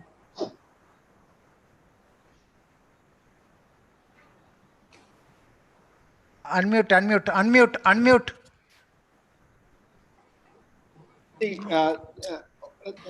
The president of the panchayat said that it is not that it was a cakewalk. Initially, they had a lot of restrictions, a lot of opposition from different stakeholders. When they started preventing the flex, political parties and temple committees and others were very much against this. However, through the campaign mode, when they involved different people, naturally they all started coming in, and through their continuous efforts and through monitoring of their efforts, they were able to achieve what they have achieved. That is in nutshell what the president conveyed to us. Now, Honorable Finance Minister നമ്മളോട് എത്തിയിട്ടുണ്ട്. അദ്ദേഹത്തിന് വേറൊരു മീറ്റിംഗിൽ ഇറങ്ങി വന്നതാണ് അദ്ദേഹത്തിന്. അതുകൊണ്ട് നമുക്ക് വളരെ ബ്രീഫായിട്ട് മാത്രം ഉത്തരം പറയുക. കാരണം നിങ്ങളുടെയൊക്കെ പ്രവർത്തനങ്ങൾ വളരെ വിശദമായിട്ട് നേരത്തെ പറഞ്ഞിട്ടുണ്ടല്ലോ. ഇനിയിപ്പോൾ വളരെ ബ്രീഫായിട്ട് ശ്രീകൃഷ്ണപുരം ബ്ലോക്ക് പഞ്ചായത്ത് വളരെ ബ്രീഫായിട്ടൊന്ന് നിങ്ങളുടെ പ്രതിസന്ധികൾ ഉണ്ടായിരുന്നതിനെ വളരെ ബ്രീഫായിട്ട്. ഹലോ, പ്ലീസ് കേൾക്കാം. യെസ്, ആദ്യമായിട്ട് വെബിനാറിൽ ശ്രീകൃഷ്ണപുരം ബ്ലോക്ക് പഞ്ചായത്തിന് ഒരവസരം കിട്ടിയതിൽ ഞങ്ങളുടെ സന്തോഷം അറിയിക്കുകയാണ്. അധികാര വികേന്ദ്രീകരണത്തിൻ്റെ പടവുകളിലൂടെ കേരളം 25 വർഷം അതിൻ്റെ യാത്ര പൂർത്തിയാക്കുകയാണ്. ഈ സന്ദർഭത്തിൽ ബ്ലോക്ക് പഞ്ചായത്തുകൾക്ക് പരിമിതികൾ ധാരാളം ഉണ്ട് എന്ന അവസ്ഥ നിലനിൽക്കുകയാണ്. അധികാര വികേന്ദ്രീകരണത്തിൻ്റെ ഭാഗമായിക്കൊണ്ട് ശുചിത്വ മേഖലയിൽ വ്യക്തമായ ചുമതലകളോ അല്ലെങ്കിൽ ഉത്തരവാദിത്തങ്ങളോ ഏൽപ്പിക്കപ്പെട്ടിട്ടില്ല ബ്ലോക്ക് പഞ്ചായത്തുകൾക്ക് എന്ന് നാം തിരിച്ചറിയേണ്ടതുണ്ട്. ഈ സന്ദർഭത്തിൽ വീണ്ടും ഒരു പുനരവലോകനം നടത്തിക്കൊണ്ട് കൂടുതൽ ഉത്തരവാദിത്തങ്ങളും ചുമതലകളും ബ്ലോക്ക് പഞ്ചായത്തുകളെ ഏൽപ്പിക്കാൻ കഴിയുന്ന നിലയിലേക്ക് കേരള ഗവൺമെൻറ് അതിൻ്റെ അധികാര വികേന്ദ്രീകരണ പ്രക്രിയയിൽ മാറ്റം വരുത്തണമെന്ന അഭിപ്രായം ആദ്യമായി സൂചിപ്പിക്കുകയാണ്. മറ്റൊന്ന്, ഇവിടെ പരാമർശിച്ച രീതിയിൽ ഈ പ്രവർത്തന പരിപാടികളുമായി മുന്നോട്ട് പോകുമ്പോൾ ഞങ്ങൾക്കുണ്ടായ തടസ്സങ്ങൾ, പ്രയാസങ്ങളാണ്. തീർച്ചയായും എല്ലാ കോണുകളിൽ നിന്നും ആഗ്രഹിക്കുന്ന രീതിയിലുള്ള ഒരു പിന്തുണ ലഭിക്കുക എന്നത് ഒരുപക്ഷെ അസാധ്യം തന്നെയാണ്. ഇവിടെ ഗ്രാമപഞ്ചായത്തുകൾ നല്ല നിലയിൽ തന്നെ ബ്ലോക്ക് പഞ്ചായത്തുമായി കൈകോർത്ത് നിന്നുകൊണ്ട് പ്രവർത്തിക്കുന്നു എന്ന അനുഭവമാണ് ഞങ്ങൾക്കുള്ളത്, പങ്കുവയ്ക്കാനുള്ളത്. ഓരോ ഗ്രാമപഞ്ചായത്തും പരസ്പരം ഒരു മത്സര സ്വഭാവത്തോടു കൂടി തന്നെ ഒപ്പം നിൽക്കുന്നു എന്നത് ഞങ്ങളുടെ പ്രവർത്തനങ്ങൾക്ക് പിന്തുണയാണ്. പക്ഷേ ജനങ്ങളെ ആകെ തന്നെ ഇതിലേക്ക് കണ്ണി ചേർക്കാൻ ഇപ്പോഴും പരിമിതികളുണ്ട് എന്നത് ഇവിടെ സൂചിപ്പിക്കുകയാണ്. ഭാവിയെ സംബന്ധിച്ചുള്ള ഒരു ആശങ്ക ഒരു പക്ഷേ ഇവിടെ ചർച്ച ചെയ്യപ്പെടുന്ന ഒരു സന്ദർഭം കൂടിയാണ്. ഇപ്പോൾ ഉള്ള ഭരണസമിതികൾ സംബന്ധിച്ച് അതിൻ്റെ പ്രവർത്തന കാലാവധി അവസാനിക്കാൻ പോവുകയാണ്. പക്ഷെ ഒരു ചാലിലൂടെ നമുക്ക് യാത്ര തുടർന്നു പോകുമ്പോൾ തുടർന്ന് വരുന്ന ഭരണസമിതികൾക്കും ഈ ഉത്തരവാദിത്തങ്ങളും ചുമതലകളും ഏറ്റെടുത്തു പോകാതെ അതിൽ ഏത് രാഷ്ട്രീയ പ്രസ്ഥാനത്തിൻ്റെ നേതൃത്വത്തിലുള്ള, ഏത് മുന്നണിയുടെ നേതൃത്വത്തിലുള്ള ഭരണസമിതി എന്നതൊന്നും പ്രസക്തമല്ല. അവർക്ക് അനിവാര്യമായ ചുമതലയായിരിക്കും കേരളത്തിലെ ഇന്ന് ഗവൺമെൻറ് മുന്നോട്ട് വെച്ച ഹരിത കേരള ആശയങ്ങൾ. മണ്ണും വെള്ളവും വായുവും സംരക്ഷിക്കാനുള്ള ബാധ്യത വരും നാളുകളിൽ തുടർന്നുള്ള ഭരണസമിതികൾക്കും ഏറ്റെടുക്കേണ്ടി വരും. അതിൽ നിന്ന് ആർക്കും ഒഴിഞ്ഞു നിൽക്കാൻ കഴിയില്ല എന്നതാണ് എൻ്റെ വ്യക്തിപരമായ ഒരു അഭിപ്രായം. വളരെ നല്ല answer. Thank you very much. And now, okay, let me translate what was conveyed to by the President. He's saying that it's not that there were no limits. They had to operate. They are still working with a number of limits, number of restrictions, and they are making a case for changes in the decentralization process within the state. Our Finance Minister is here. I'm sure he will be giving you an appropriate answer. And yet another question is that having made this beginning and the message that regardless of the party in power, regardless of the people in power, given the beginning that is made, the future committees or future those who are going to govern the panchayat will have to continue with the whole process of protecting the soil, land and air, which they have already initiated. This will naturally continue. That's what they have been saying. Thank you very much. Now, let me just, please, Amballur Grama Panchayat President. Please. Hello. Welcome. ആദ്യമായി ഈ വെബിനാറിൽ പങ്കെടുക്കാൻ സാധിച്ചതിൽ വളരെയധികം സന്തോഷം. ഞങ്ങളെ പങ്കെടുപ്പിച്ചതിലുള്ള സന്തോഷം അറിയിക്കുന്നു. അതോടൊപ്പം ഞങ്ങൾ ഈ മാലിന്യമുക്ത പഞ്ചായത്ത് എന്ന പ്രസക്തിക്ക് ഏറ്റെടുക്കുന്നതിന് വേണ്ടിയിട്ട് ആദ്യം ഒട്ടനവധി പ്രവർത്തനങ്ങൾ ഏറ്റെടുക്കേണ്ടി വന്നിട്ടുണ്ട്. അതിന് ബുദ്ധിമുട്ടുകളും അനുഭവിക്കേണ്ടി വന്നിട്ടുണ്ട്. വലിച്ചെറിയുന്ന ഒരു സ്വഭാവമായിരുന്നു നമ്മളുടെ ജനങ്ങൾക്കുണ്ടായിരുന്നത്.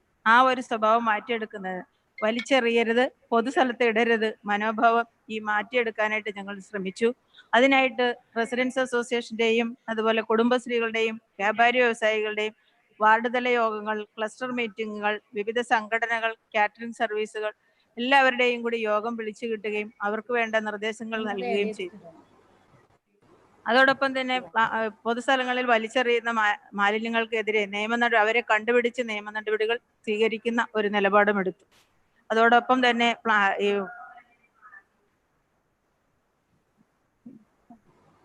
ഗ്രീൻ പ്രോട്ടോകോൾ നടപ്പിലാക്കുന്നതിന് വേണ്ടിയിട്ട് ഒട്ടനവധി പ്രവർത്തനങ്ങൾ ഏറ്റെടുക്കാനായിട്ട് ശ്രമിച്ചു.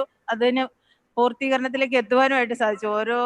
ഇപ്പൊ നമ്മുടെ പള്ളിയിലെ പെരുന്നാളിനാണെങ്കിലും അതേപോലെ തന്നെ ഉത്സവങ്ങളും അതുപോലെ ഏത് പരിപാടികൾ നടത്തിയാലും കല്യാണം അടക്കം ഏത് നടത്തിയാലും അതിലെല്ലാം ഗ്രീൻ പ്രോട്ടോകോൾ പാലിക്കുന്നതിന് വേണ്ടിയിട്ടുള്ള പരിശ്രമം നടത്തുകയും അതിനനുസരിച്ചിട്ട് എല്ലാവർക്കും എതിരെ നിയമ നടപടികൾക്ക് വിധേയമാക്കാനും സാധിച്ചിട്ടുണ്ട്. അതേപോലെ വളരെയധികം മാലിന്യ സംസ്കരണ സംരംഭങ്ങൾ നമ്മൾക്ക് തൊഴിൽ യൂണിറ്റുകളായിട്ട് ചെയ്യാനായിട്ട് സാധിച്ചിട്ടുണ്ട്.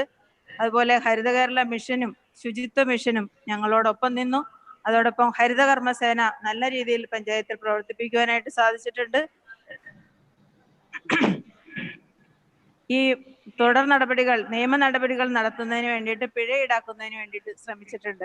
അങ്ങനെ എവിടെയാണോ മാലിന്യം കിടക്കുന്നത് അവിടെ ചെന്ന് തെരഞ്ഞു കണ്ടുപിടിച്ച് അവരെ ശിക്ഷാ നടപടിയിലേക്ക് കൊണ്ടുവരുന്നതിന് വേണ്ടിയിട്ട് ഞങ്ങൾ പരിശ്രമിച്ചിട്ടുണ്ട്. ഈ ഒരു യോഗത്തിൽ പങ്കെടുക്കാൻ സാധിച്ചതിലും ഇതുപോലെ ഞങ്ങളുടെ പ്രയാസങ്ങളും വിഷമങ്ങളും എല്ലാം പറയാൻ സാധിച്ചില്ല. അതോടൊപ്പം ഞങ്ങൾക്കിവിടെ ഞങ്ങളുടെ ഒരു പുഴ മലിനമില്ലാതാക്കി തീർക്കാനായിട്ട് ഞങ്ങൾക്ക് സാധിച്ചിട്ടുണ്ട്. ആ പ്രവർത്തനത്തിന് ഇനിയും ഞങ്ങളുടെ തുടർ ഭരണത്തിന് സാക്ഷ്യം വഹിക്കുന്നതിന് വേണ്ടിയിട്ട് അവിടെ ഒരു CCTV ക്യാമറ സ്ഥാപിക്കുന്നതിനുള്ള അനുമതി കിട്ടിയെങ്കിൽ മാത്രമാണ് അത് നന്നായി പരിരക്ഷിച്ചു പോരുവാനായിട്ടുള്ള സാഹചര്യം ഉണ്ടാക്കാൻ പറ്റും. അതുപോലെ തന്നെ മാലിന്യത്തിൽ നിന്ന് പൂന്തോട്ടം ഉണ്ടാക്കിയെടുക്കുവാനായിട്ട് ഞങ്ങൾക്ക് സാധിച്ചിട്ടുണ്ട്. വളരെയധികം ഭംഗിയുള്ള ഒരു പൂന്തോപ്പ് അവിടെ നിർമ്മിച്ച് അതിനെ ഏറ്റവും മനോഹരമാക്കി തീർക്കുവാനുള്ള പരിശ്രമം അത് തുടർന്ന് കൊണ്ടുപോകണമെങ്കിൽ ഇതുപോലെയുള്ള CCTV ക്യാമറകൾ സ്ഥാപിക്കുന്നതിനുള്ള അനുമതി ഗവൺമെന്റിന്റെ ഭാഗത്തു നിന്ന് ഉണ്ടായെങ്കിൽ മാത്രമാണ് നമുക്ക് അത് പരിപാലിച്ചു കൊണ്ടുപോകാനായിട്ട് സാധിക്കുകയുള്ളൂ. ഇവിടെ പങ്കെടുത്ത എല്ലാവർക്കും എൻ്റെ അഭിവാദനങ്ങൾ ഈ ഭരണസമിതിയുടെ ആമ്പല്ലൂർ പഞ്ചായത്ത് ഭരണസമിതിയുടെ അഭിവാദ്യങ്ങൾ അർപ്പിച്ചുകൊള്ളു. Thank you, Madam President of Amballur Grama Panchayat. Madam was telling that they have made use of the existing rules available to make a change from the current culture, the culture of use and throw culture. I mean, that is the kind of attitude that people used to have. And they essentially made use of the existing rules available to invoke changes in the behavior of local actors like church, festival organizers, temple organizers, and others.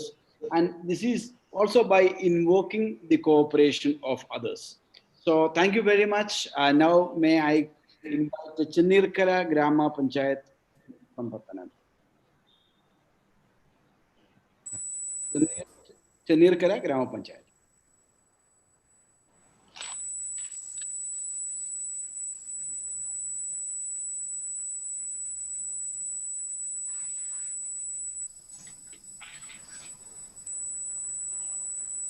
Unmute you. Unmute ചെയ്യണം കേട്ടോ, കേൾക്കണല്ലേ, കേൾക്കാൻ കഴിയുന്നില്ല, unmute ചെയ്യും അപ്പൊ ശരിയാവും.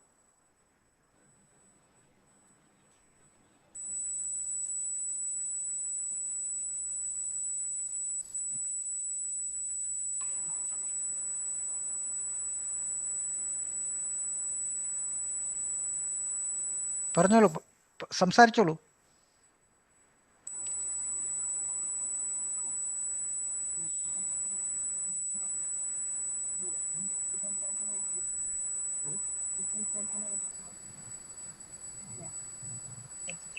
Hello sir, കേൾക്കുന്നു?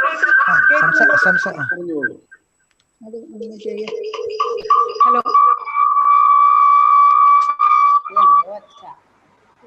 Sir, കേൾക്കുന്നുണ്ടോ sir? കേൾക്കുന്നുണ്ട്. ചെന്നിർക്കര പറഞ്ഞോളൂ. നമസ്കാരം സർ.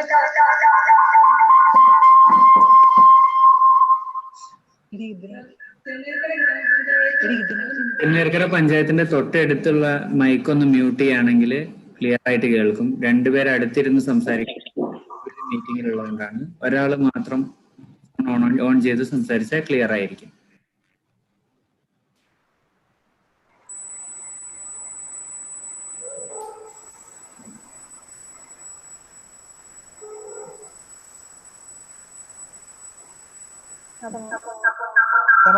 നമുക്കങ്ങനെയാണെങ്കിൽ അടുത്തതിലേക്ക് പോകാം. കാര്യം നമുക്കിപ്പോൾ അവസാനിപ്പിക്കണം. അടുത്ത മീറ്റിംഗ് മിനിസ്റ്റർമാരുടെ മീറ്റിംഗ് തുടങ്ങുകയാണ്.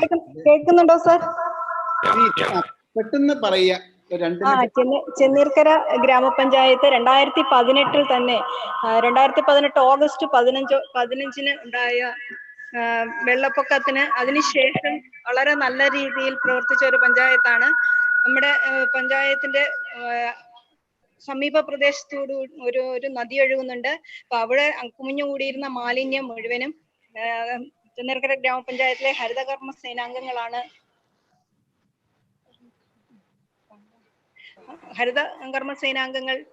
എടുക്കുക. അത് സെഗ്രിഗേറ്റ് ചെയ്ത് ക്ലീൻ കേരള കമ്പനിക്ക് കൊടുക്കാൻ സാധിക്കുകയുണ്ടായി. അതിനുശേഷം നമ്മുടെ ജില്ലയിൽ തന്നെ ആദ്യത്തെ MCF ചെന്നീർക്കര ഗ്രാമപഞ്ചായത്തിലാണ് സ്ഥാപിച്ചത്. ചെന്നീർക്കര ഗ്രാമപഞ്ചായത്തില് വളരെ നന്നായിട്ട് പ്രവർത്തിക്കുന്ന ഒരു ഹരിതകർമ്മ സേന ഉണ്ട്. അത് ഞങ്ങളെ സംബന്ധിച്ച് വളരെ സന്തോഷമുള്ള കാര്യമാണ്. ആദ്യ കാലങ്ങളിൽ എങ്ങനെ മാലിന്യം നീക്കം ചെയ്യും എന്നത് ഞങ്ങൾക്കൊരു വിഷയമായിരുന്നു. പക്ഷെ നഗരപ്രദേശം അല്ലാത്തതുകൊണ്ട് വളരെയേറെ മാലിന്യങ്ങളൊന്നും ചെന്നീർക്കര ഗ്രാമപഞ്ചായത്തിലില്ല. അതുകൊണ്ട് തന്നെ ഞങ്ങൾ അതിനെപ്പറ്റി പഠിക്കുകയും ഏത് രീതിയിൽ ഈ മാലിന്യം സംസ്കരിക്കണം എന്നതിനെപ്പറ്റി ആദ്യം പഠിക്കുകയും അതിനുശേഷം ഹരിതകർമ്മ സേനകളുടെ പ്രവർത്തനങ്ങൾ കൂടി ഓരോ വീടുകളിലും കയറി മാലിന്യങ്ങൾ ശേഖരിക്കുകയും വീടുകളിൽ നിന്ന് പ്ലാസ്റ്റിക് മാലിന്യങ്ങൾ ശേഖരിക്കുകയും അവ സെഗ്രിഗേറ്റ് ചെയ്യാനായി നമ്മുടെ MCFലേക്ക് എടുക്കുകയാണ് ചെയ്തത്. ഇപ്പം നമ്മുടെ ഗ്രാമപഞ്ചായത്തില് വാർഡുകൾ തോറും ഞങ്ങൾ MCF തയ്യാറാക്കിക്കൊണ്ടിരിക്കുകയാണ്.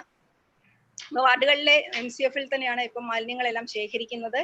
അപ്പൊ അതുപോലെ തന്നെ ഒരു ഹരിത സന്ദേശ യാത്ര നടത്തി ആളുകൾക്ക് ബോധവൽക്കരണം നടത്തുന്നതിനായി ആരാധനാലയങ്ങളെയും അതുപോലെ മറ്റ് സ്ഥാപനങ്ങളെയും വാണിജ്യ സ്ഥാപനങ്ങളെയും ഒക്കെ പങ്കെടുപ്പിക്കാനായിട്ട് ചെന്നീർക്കര ഗ്രാമപഞ്ചായത്തിന് സാധിച്ചിട്ടുണ്ട്.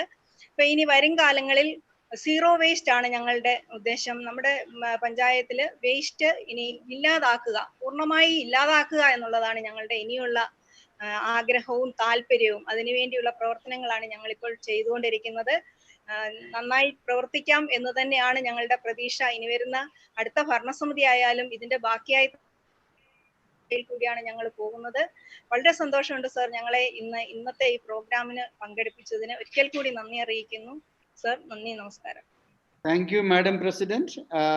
What President conveyed to us was that, as in other cases also, it was not a cakewalk. I mean, they had the number of restriction limits, but within that, they have used awareness campaign, and also within the overall architecture provided, they made use of these strategies, which enabled them, and they finally confirmed the fact that regardless of the committee coming into power, they will have to continue what they have already started with.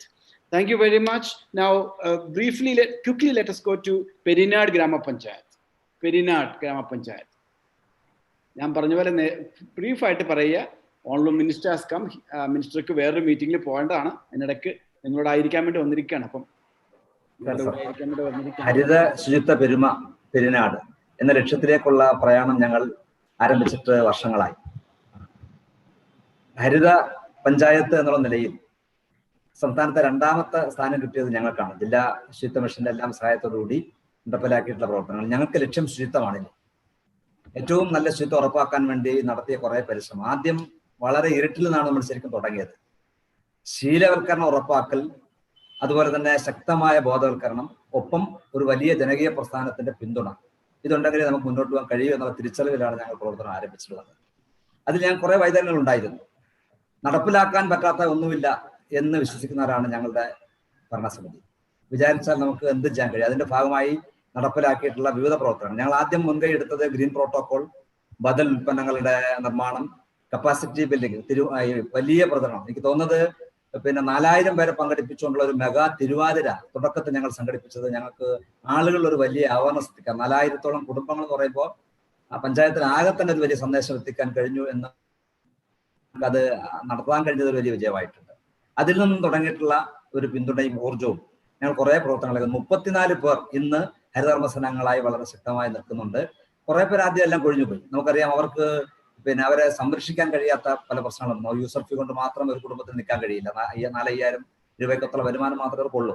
പക്ഷെ അവർക്ക് കുറഞ്ഞൊരു 10,000 രൂപ വരുമാനം എത്തണം എന്നുള്ള ലക്ഷ്യത്തിലേക്ക് ഞങ്ങൾ പല പരിപാടികളും പ്ലാൻ ചെയ്ത് അവരെ കൊണ്ട് നടപ്പിലാക്കാൻ ശ്രമിച്ചു. കുറെ പേർ കൊഴിഞ്ഞുപോയി, പക്ഷെ കൂടുതൽ പേർ വീണ്ടും വന്നു. അങ്ങനെ 34 പേരെ ഞങ്ങളിപ്പോൾ നിലനിർത്തിക്കൊണ്ട് തന്നെ പോകണം. അവർക്കിപ്പോൾ ഞങ്ങൾ ആലോചിച്ചിരിക്കുന്നത് വരുമാനത്തിന് യൂസർ ഫീ കൂടാതെ തന്നെ ക്ലീനിങ് ഗ്രൂപ്പ് ഉണ്ട്. കുടുംബശ്രീയെ സഹകരിച്ചുകൊണ്ട് ക്ലീനിങ് ഗ്രൂപ്പ് 5 പേരടങ്ങുന്ന ക്ലീനിങ് ഗ്രൂപ്പ് വാടകയ്ക്ക് കൊടുക്കുന്ന വീടുകൾ ക്ലീൻ ചെയ്യാൻ പോകുന്നുണ്ട്. ഗൾഫുകാരുടെ വീടുകൾ, അതുപോലെ തന്നെ ഏത് വീടും ക്ലീൻ ചെയ്യാൻ വേണ്ടിയിട്ട് ടീമിനെ തന്നെ തയ്യാറാക്കി അവർക്കൊരു വരുമാനം ഉണ്ടാക്കുന്നു.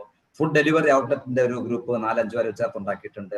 അഗ്രികൾച്ചർ ശേഖരണം, ഇപ്പോ ഈ പുതിയ നമ്മളെ സുഭിക്ഷ കേരള ബന്ധപ്പെട്ട് വ്യാപകമായി കൃഷി വന്നു. ആ കൃഷിയിൽ എന്ത് ചെയ്യും എന്നറിയാൻ കഴിയാതെ ഇരിക്കുന്ന കർഷകർക്ക് ഒരു അഗ്രികൾച്ചർ ഗ്രൂപ്പ് ഉണ്ടാക്കിയിട്ട് 5 പേർക്ക് വാഹനം കൊടുക്കാൻ വേണ്ടി പദ്ധതിയെ ഞങ്ങൾ അംഗീകാരം വാങ്ങിപ്പോ. ആ അംഗീകാരം വാങ്ങിയതിന്റെ ഫലമായി 5 പേരടങ്ങുന്ന ഗ്രൂപ്പ് നേരെ പിന്നെ വീടുകളിലേക്ക് ചെല്ലുന്നു. അവർക്ക് കൃഷി വിഭവങ്ങൾ, ചീനിയാണെങ്കിലും പിന്നെ കിഴങ്ങ് വിളകളാണെങ്കിലും ശേഖരിക്കുന്നു. ലോറിയിൽ അടുത്ത വിപണന കേന്ദ്രത്തിലേക്ക് കൊണ്ടുവന്ന രൂപത്തിലേക്ക് ഒരു ടീമിനെ തയ്യാറാക്കി തൊട്ടടുത്ത ആഴ്ച അതിന് ഇംപ്ലിമെന്റ് ചെയ്യാൻ വേണ്ടി ആലോചിക്കാം. അങ്ങനെ തന്നെ ഈ മാലിന്യം ഇൻസ്റ്റാൾ ചെയ്യാൻ വേണ്ടിയിട്ട് നമുക്കറിയാം, പിന്നീട് പെറ്റ് കമ്പോസ്റ്റ് ഇപ്പം നിലവിലില്ല എങ്കിൽ തന്നെയും ബയോബിൻ അടക്കമുള്ള കാര്യങ്ങൾ ശീലിപ്പിക്കൽ പ്രധാനമാണ്. പലരും വാങ്ങിക്കൊണ്ട് പോകുന്നവർ ശീലിപ്പിക്കൽ പ്രധാനമാണ്. ആ ശീലിപ്പിക്കാൻ വേണ്ടിയിട്ട് ഒരു ടീമിനെ ഞങ്ങൾ അതിനകത്ത് 5 പേരെ നിയോഗിച്ചു. അങ്ങനെ ഓരോ 5 പേരടങ്ങുന്ന ടീമിനെ പ്രത്യേകം നിയോഗിച്ചത് കൊണ്ട് അവർക്കൊരു ഒരു 10,000 രൂപ മാസം വരുമാനത്തിലേക്ക് വരുന്ന ഒരു ചെറിയ കാര്യമല്ല. ഏറ്റവും പ്രധാനം ഞങ്ങൾ എടുത്തു കാണിക്കുന്നത് കയറുമായി ബന്ധപ്പെട്ടുള്ള, ഞങ്ങൾക്കൊരു ബഡ് സ്കൂളുണ്ട്. അവിടെ 25 കുട്ടികളാണ്. ബഡ്സ് റിഹാബിലിറ്റേഷൻ കേന്ദ്രം രണ്ടും ഉണ്ട്, ബഡ്സ് സ്കൂളും ഉണ്ട്. BRCയിൽ ഞങ്ങൾ കയർ ഉൽപ്പന്നങ്ങൾ ശേഖരിച്ചിട്ട് കയറിന്റെ പിന്നെ ഞങ്ങൾ ആദ്യം തൊഴിലുറപ്പുമായി ബന്ധപ്പെട്ട് കുറച്ച് കയർ ശേഖരിച്ചിട്ടുണ്ട്. ബഹുമാനപ്പെട്ട നമ്മുടെ മന്ത്രി തോമസ് സാറിന്റെ എല്ലാം തന്നെ ശ്രമഫലമായി എല്ലാ സ്ഥലത്തും നമ്മൾ ഈ പറഞ്ഞതുപോലെ കയർ പാകുന്ന ഒരു വലിയ പദ്ധതി എടുത്തു. തന്നെ അധികം വന്ന കുറച്ച് കയർ വെച്ചിട്ട് ബഡ് സ്കൂളിലെ കുട്ടികളെ കൊണ്ട് ഞങ്ങൾ കയർ ചെടിച്ചട്ടി ഉണ്ടാക്കി ഒരു മോഡൽ ചെയ്ത് നോക്കിയതാണ്. പക്ഷെ ഞങ്ങൾക്ക് നീണ്ടാര പഞ്ചായത്തുകാർ ആദ്യം ഓർഡർ തന്നു. അതനുസരിച്ച് നമ്മൾ ചെടിച്ചട്ടി അവർക്ക് വിൽപ്പന നടത്തുകയുണ്ടായി.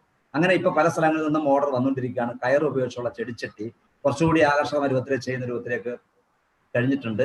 അത് കൃഷിഭവനുകൾ വിലക്കെടുക്കുന്ന ഒരു രീതിയിലേക്ക് വന്നിട്ടുണ്ട്. പക്ഷെ അതിനകത്ത് റാ മെറ്റീരിയൽ ഞങ്ങൾക്ക് മതിയായ നിലയിൽ കിട്ടുന്നില്ല എന്നുള്ള പ്രശ്നം. വില കുറച്ച് കൂടുതലാണ്. ഇനി ഞങ്ങളിപ്പോൾ ആലോചിക്കുന്നത് ആലപ്പുഴ പോയി ഏറ്റവും സൗകര്യപ്രദമായി കിട്ടാൻ കഴിയുന്ന റോ മെറ്റീരിയൽ എടുക്കാൻ, അതിനെ കുറിച്ചൊക്കെ ആലോചിച്ചു നിസ്സായിട്ട് പോകുന്നില്ല. അപ്പൊ ആ നിലയിൽ കുറച്ചധികം വരുമാനം ഉറപ്പാക്കാൻ കഴിയുന്ന രൂപത്തിലേക്ക് വന്നിട്ടുണ്ട്. പരിസ്ഥിതിക്ക് വലിയ പിന്നെ ഒരു 14 കിലോമീറ്റർ ദൈർഘ്യമുള്ള കണ്ടൽ ചങ്ങല തീർത്തവരാണ് സംരക്ഷിക്കാൻ വേണ്ടിയിട്ട്. അതുകൊണ്ട് അഷ്ടമുടി കായൽ തീരം ഇപ്പം ശുദ്ധമാണ്. അവിടെ പൊല്യൂഷൻ ഇല്ല. കാഞ്ഞിരോട് കായലിലെ കരിമീൻ ലോക പ്രശസ്തമാണ്. അവിടെ ആ ഭാഗം അഷ്ടമുടി കായലിലെ പല ഭാഗങ്ങളിൽ നമുക്കറിയാം മാലിന്യത്താൽ കുഞ്ഞുകൂടിയിട്ടുണ്ട്. പക്ഷെ കാഞ്ഞിരോട് എന്ന് പറഞ്ഞാൽ ഞങ്ങളുടെ കായൽ തീരപ്രദേശം ഏറ്റവും ശുദ്ധമായി. എല്ലാ മാസവും ഞങ്ങൾ പ്ലാസ്റ്റിക് ശേഖരിക്കുന്ന പ്രവർത്തനം, വള്ളങ്ങളിൽ നിന്ന് വള്ളത്തിൽ പോയി ശേഖരിച്ച് അത് പിന്നെ നമ്മളെ ഷണ്ടിമുട്ടി കൊണ്ടുവരുന്ന പ്രവർത്തനം ഒക്കെ നടക്കുന്നത് കൊണ്ട് ഞങ്ങളുടെ കായൽ പരിസരമാണെങ്കിലും ഭൂമിയും മണ്ണും ഒക്കെ തന്നെ വളരെ ശുദ്ധമാണെന്നുള്ള ഒരു വിശ്വാസക്കാരാണ്. കൂടുതൽ സമയം നഷ്ടപ്പെടാതിരിക്കാൻ വേണ്ടി അവസാനിപ്പിക്കാം. Thank you. ഒത്തിരി നന്ദിയുണ്ട്. Thank you very much. What the president said, I think his opening sentence itself was very inspiring. For the Panchayat committee, there is nothing is impossible. You know, for them, nothing is impossible. And I think they have been talking about so many innovative initiatives that they have made, that they have undertaken. And the kind of signaling that they have been giving, in fact, was perhaps one of the most inspiring thing for others to join and to minimize the hurdles. Thank you very much. Let us now go to the last and most and Thiruvananthapuram Corporation. Mayor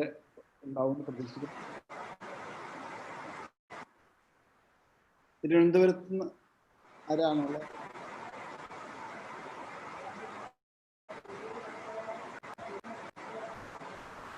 hello, തിരുവനന്തപുരത്ത് നിന്ന് ആരെങ്കിലും respond ചെയ്യാനായിട്ട്?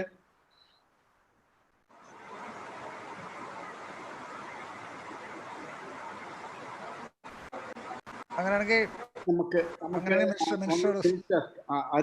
as I indicated to you earlier, Finance Minister Thomas Isaac is here, and I think let's hear from Dr. Thomas Isaac.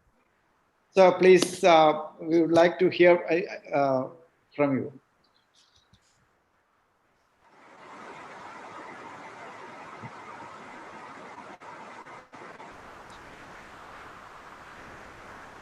The webinar series. We have scheduled 3 webinars on sanitation. For the time being, that sanitation subsidies is coming to a close. ഈ webinar സീരീസിൽ 3 എണ്ണം സാനിറ്റേഷനെ കുറിച്ചുണ്ട്. ആദ്യത്തെ organic waste processing ആയിരുന്നു, രണ്ടാമത്തേത് non organic waste processing ആണ്. ഇപ്പോൾ നടക്കുന്നത് waste reduction awareness എങ്ങനെയാണ് ക്രിയേറ്റ് ചെയ്തിട്ടുള്ളത്. First of the subsidies was non-organic waste. The last webinar was on non-organic waste, and now we are looking at the actions related to focusing upon waste reduction, the creation of awareness, IEC program.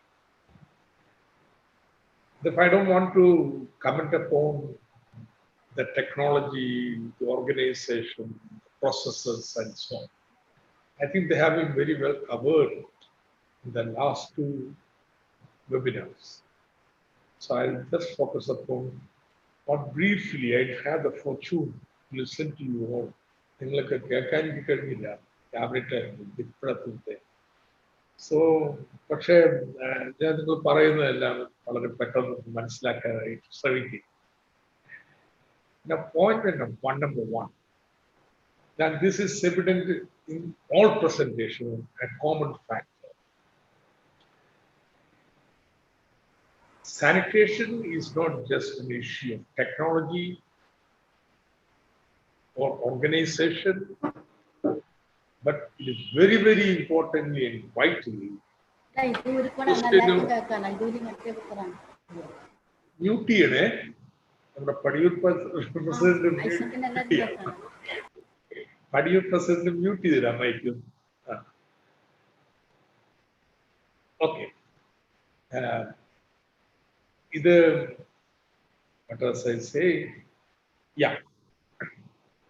അപ്പൊ അതുകൊണ്ട് it's not a question of technology or the organization, basically a question of changing the mindset of the people.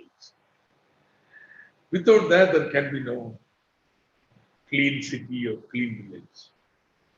It's not that we should be convinced, every citizen should be convinced. And we are not a society where you legislate and you impose fines and punishments if you don't conform. No, that's just not possible. That's not our model. People, their mindset have to change. ആളുകളുടെ ബോധത്തിൽ മാറ്റം വരും, എന്നാലേ ആയി. എങ്ങനെയാണ് നിങ്ങൾ ജനങ്ങളുടെ അവബോധത്തിൽ മാറ്റം വരുത്താൻ ശ്രമിച്ചത് എന്നുള്ളതാണ് നമ്മളിവിടെ ഇന്ന് ചർച്ച ചെയ്യാൻ പോകുന്നത്. അത് ഏതൊക്കെ കാര്യത്തിലാണ് ബോധം ഉണ്ടാക്കേണ്ടത്? ഒന്ന് സാങ്കേതിക വിദ്യ, the technology. Say, suppose you have to process the waste in your house. They should know about how biogas works, how kitchen bin works. ഇതിനെക്കുറിച്ച് അവർ അറിഞ്ഞേ പറ്റൂ. Or it can be another thing, importance of segregation. I think that's a basic, most important thing. Unless you segregate the waste, you cannot reuse it, you can recycle it. The waste becomes wealth the moment it is segregated, because each waste individually has its purpose and use. But when mixed together, it's a waste. So about segregation. And third, and very importantly, reduction of the waste in your village is your municipality. അപ്പോൾ ഈ 3 കാര്യങ്ങളെ കുറിച്ച് basically ബോധം ഉണ്ടാക്കാനുള്ള പരിശ്രമം ചെയ്യും. അതിലെ നേതൃത്വം നൽകിയ നിങ്ങളാണ് ഇവിടെ അവതരണങ്ങൾ നടത്തുന്നത്. The leaders, you took the leadership to create this awareness in your panchayat and municipality. Now, leadership is very, very important. Now you're trying to change the attitude of the people. Now, leaders have an important role to play. Suppose an ordinary person go to the house and find middle class person and try to explain no, waste they won't listen. See, I have spent 1 year in my municipality visiting homes. Every morning, when I go for morning walk, I don't just take a walk, I walk along the street. Then I talk to people, tell them about this. ഞാൻ തിരുവനന്തപുരത്ത് താമസിച്ചപ്പോൾ ഒരു holy week മുഴുവനും അപ്പൊ ഒന്നും നടക്കത്തില്ലല്ലോ. കാലത്ത് 7 മണി മുതൽ രാത്രി 9 മണി വരെ ഒരു വാർഡ് മുഴുവൻ ഞാൻ ഒറ്റയ്ക്ക് കയറി ഇറങ്ങിയിട്ടുണ്ട്. മുൻ ധനമന്ത്രി വന്ന് വീട്ടിൽ വന്നു കഴിഞ്ഞാൽ പിന്നെ ആൾക്കാരൊക്കെ ഇരിക്കത്തില്ല, വർത്താനം പറയും.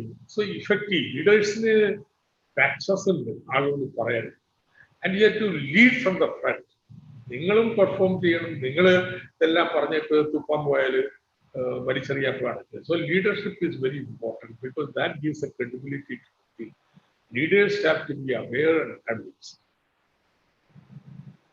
രണ്ടാമത്തത്, അങ്ങനെ ലീഡർ ഉണ്ടാവേണ്ട കാര്യമില്ല.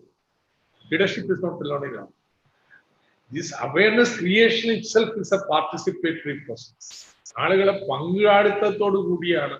നിങ്ങളുടെ അവയർനെസ് പ്രോഗ്രാമിന്റെ തനിമ അതാണ്. ആളുകളെ പങ്കാളികളാക്കിക്കൊണ്ടാണ് ബോധം സൃഷ്ടിക്കാൻ ശ്രമിക്കുന്നത്. ഫോർ എക്സാമ്പിൾ, ചന്ദനക്കുടം ഫെസ്റ്റിവല് തിരുവനന്തപുരത്ത് നമ്മുടെ അമ്പലത്തിലെ അവിടുത്തെ സ്ത്രീകളുടെ ഉത്സവത്തില് അത് ഇതുപോലെ എല്ലാ സ്ഥലത്തും എല്ലാ പഞ്ചായത്തിലും എങ്ങനെയാണ് ഗ്രീൻ പ്രോട്ടോകോൾ അവിടെ എന്താണ് പ്രശ്നം? അവിടെയുള്ള ഏറ്റവും കൂടുതൽ ആളുകൾ വരുന്ന സ്ഥലമാണ്. അവിടെ നിങ്ങൾ ഇന്നത് ഉപയോഗിക്കാൻ പാടില്ല, അതിങ്ങനെ ചെയ്യണം, ഇങ്ങനെ വേണം എന്ന് പറയുമ്പോൾ ഈ വരുന്ന മുഴുവൻ ആളുകളിലും ചർച്ച, ആദ്യം ദേഷ്യം, എന്താ കൊണ്ടുവന്നാൽ എന്താ, കഴിഞ്ഞ വർഷം കൊണ്ടുവന്നതിന്റെ അതിന്റെ കാരണം ഇതാണ്. There are endless number of conversations that come. എനിക്ക് തോന്നുന്നു കേരളത്തിൽ ഏറ്റവും ഫലപ്രദമായിട്ട് ഉപയോഗിച്ചുള്ള കമ്മ്യൂണിക്കേഷൻ സിസ്റ്റം ഗ്രീൻ പ്രോട്ടോകോള് ഇങ്ങനെയുള്ള ഫെസ്റ്റിവലുകളിലുള്ള ഒക്കേഷൻസിലേക്ക് ഉപയോഗിക്കുന്നതാണ്. Because that generates a big discussion everybody and that's a വലിയ കോൺഷ്യസ്നെസ് റേസിംഗ് ഇവന്റാണ്. കാരണം നമ്മള് വിചാരിക്കുന്നതിന് അപ്പുറത്തേക്ക് ഇപ്പൊ തിരുവനന്തപുരത്താണെങ്കിലും 5-10 ലക്ഷം ആളുകളോട് കൺവേഴ്സ് ചെയ്യുന്നു. ഒരു പോസ്റ്റ് എഴുതി ഒട്ടിക്കൊണ്ടൊന്നും കൺവേഴ്സ് ചെയ്തില്ല. Because they have to participate in an act. They don't use plastic cover, they don't use plastic bottle. Action ഉണ്ടല്ലോ, അതിന് പങ്കാളിയാവുമ്പോ അവരുടെ അതാണ് ബോധവൽക്കരണത്തിന് നമുക്ക് കണ്ടെത്തിയ മാർഗം. കേരളത്തിന്റെ ബോധവൽക്കരണ പ്രവർത്തനത്തിന്റെ ഒരു തനിമയായിട്ട് ഞാൻ കാണുന്നത് ഇങ്ങനെയുള്ള ഒരുപാട് പങ്കാളിത്ത രൂപങ്ങൾ ഉപയോഗപ്പെടുത്തിയിട്ടുണ്ട്. ഞാൻ വളരെ പെട്ടെന്ന് ഈ കുറച്ചു നേരം കൊണ്ട് മെയിലിൽ വന്ന നിങ്ങളുടെ പ്രസന്റേഷൻസിന്റെ ഗ്രൂപ്പുകൾ വായിച്ചു നോക്കിയിരുന്നു. ഇപ്പൊ ഡാൻസ്, ഓട്ടംതുള്ളല് ഇതൊക്കെ കമ്മ്യൂണിക്കേഷനാണ്. പക്ഷെ പലരും പറയുന്നത് ഞങ്ങള് തിരുവാതിര കളി വെച്ചാൽ large number of people involve, games and so on were used. അപ്പോ ഇത്തരത്തിൽ ആളുകളെ പങ്കെടുപ്പിക്കുക, using of art for communication.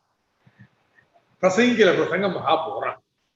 You are giving a speech, so it's a didactic, people get bored and so on. Therefore, in every panchayat, every municipality have widely used various forms of contemporary performing arts to communicate to people. It's a tradition started by the science movement in Kerala, Kerala Shastra Sahitya Parishad, the Kalajada. അതിൻ്റെ ഒരുപാട് വകഭേദങ്ങൾ ഇന്ന് നിങ്ങളെല്ലാം എല്ലായിടത്തും ഉപയോഗിച്ചിട്ടുണ്ട്. Then I come to Angus point. What is the agency to communicate? Now, most important, I think, invention or innovation has been using children to communicate to the houses. And of course, awareness raising of the children itself is good because they are the tomorrow citizens. See, in Alpi, when we started this, we had a big problem. I don't know, the joy may be remembering. See, Alappuzha ഞങ്ങൾ തീരുമാനിച്ചു എല്ലാ കുട്ടികളും സ്കൂളിൽ വരുമ്പോൾ വീട്ടിലെ plastic കൊണ്ടുവരാം. clean ആക്കി തരംതിരിച്ച് ഇനംതിരിക്കണം. So they should segregate the plastic from the house and bring to the school. And then it is entered in a passbook.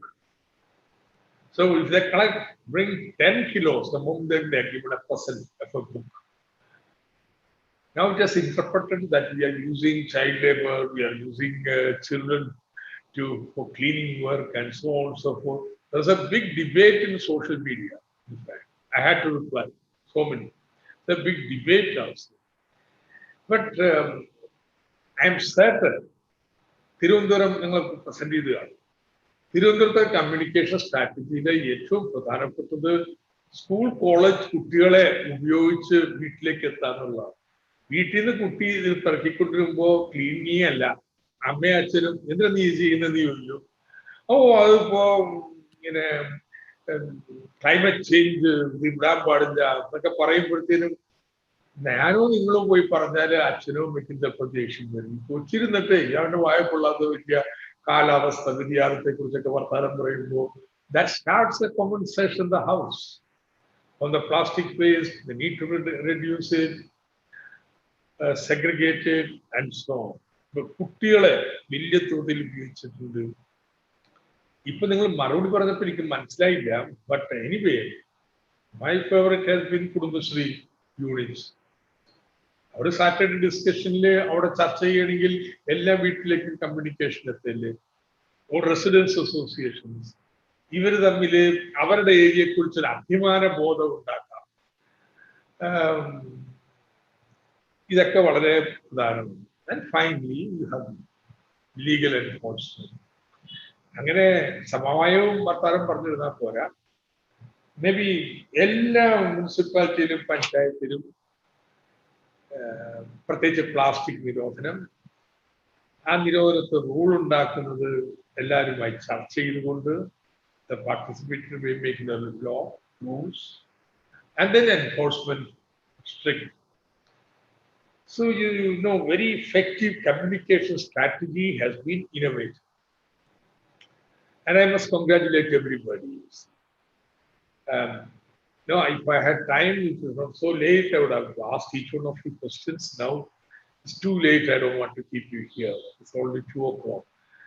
And I know there is a webinar, not webinar, we have put a VC with the minister, health minister and local administration minister. Therefore, I will stop here. But I have a comment to the organizers. We have now had so many presentations. Now, so many presentations.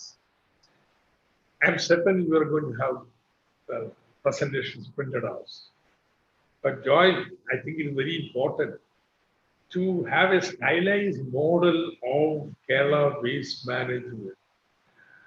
And for each technology, now what are the technologies related, what are the problems of innovation and so on.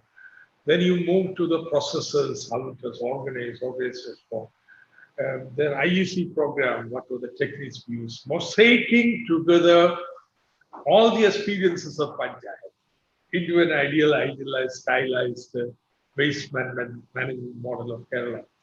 I think it will be very instructive, not only for Kerala, but outside. Anyway, I am happy that I have learned a lot from the last 2 presentations. And something which I learned, I have written in my yesterday fortnightly column in Madhu. Because it was, for me, it was a revelation. I didn't know till I attended this webinar that success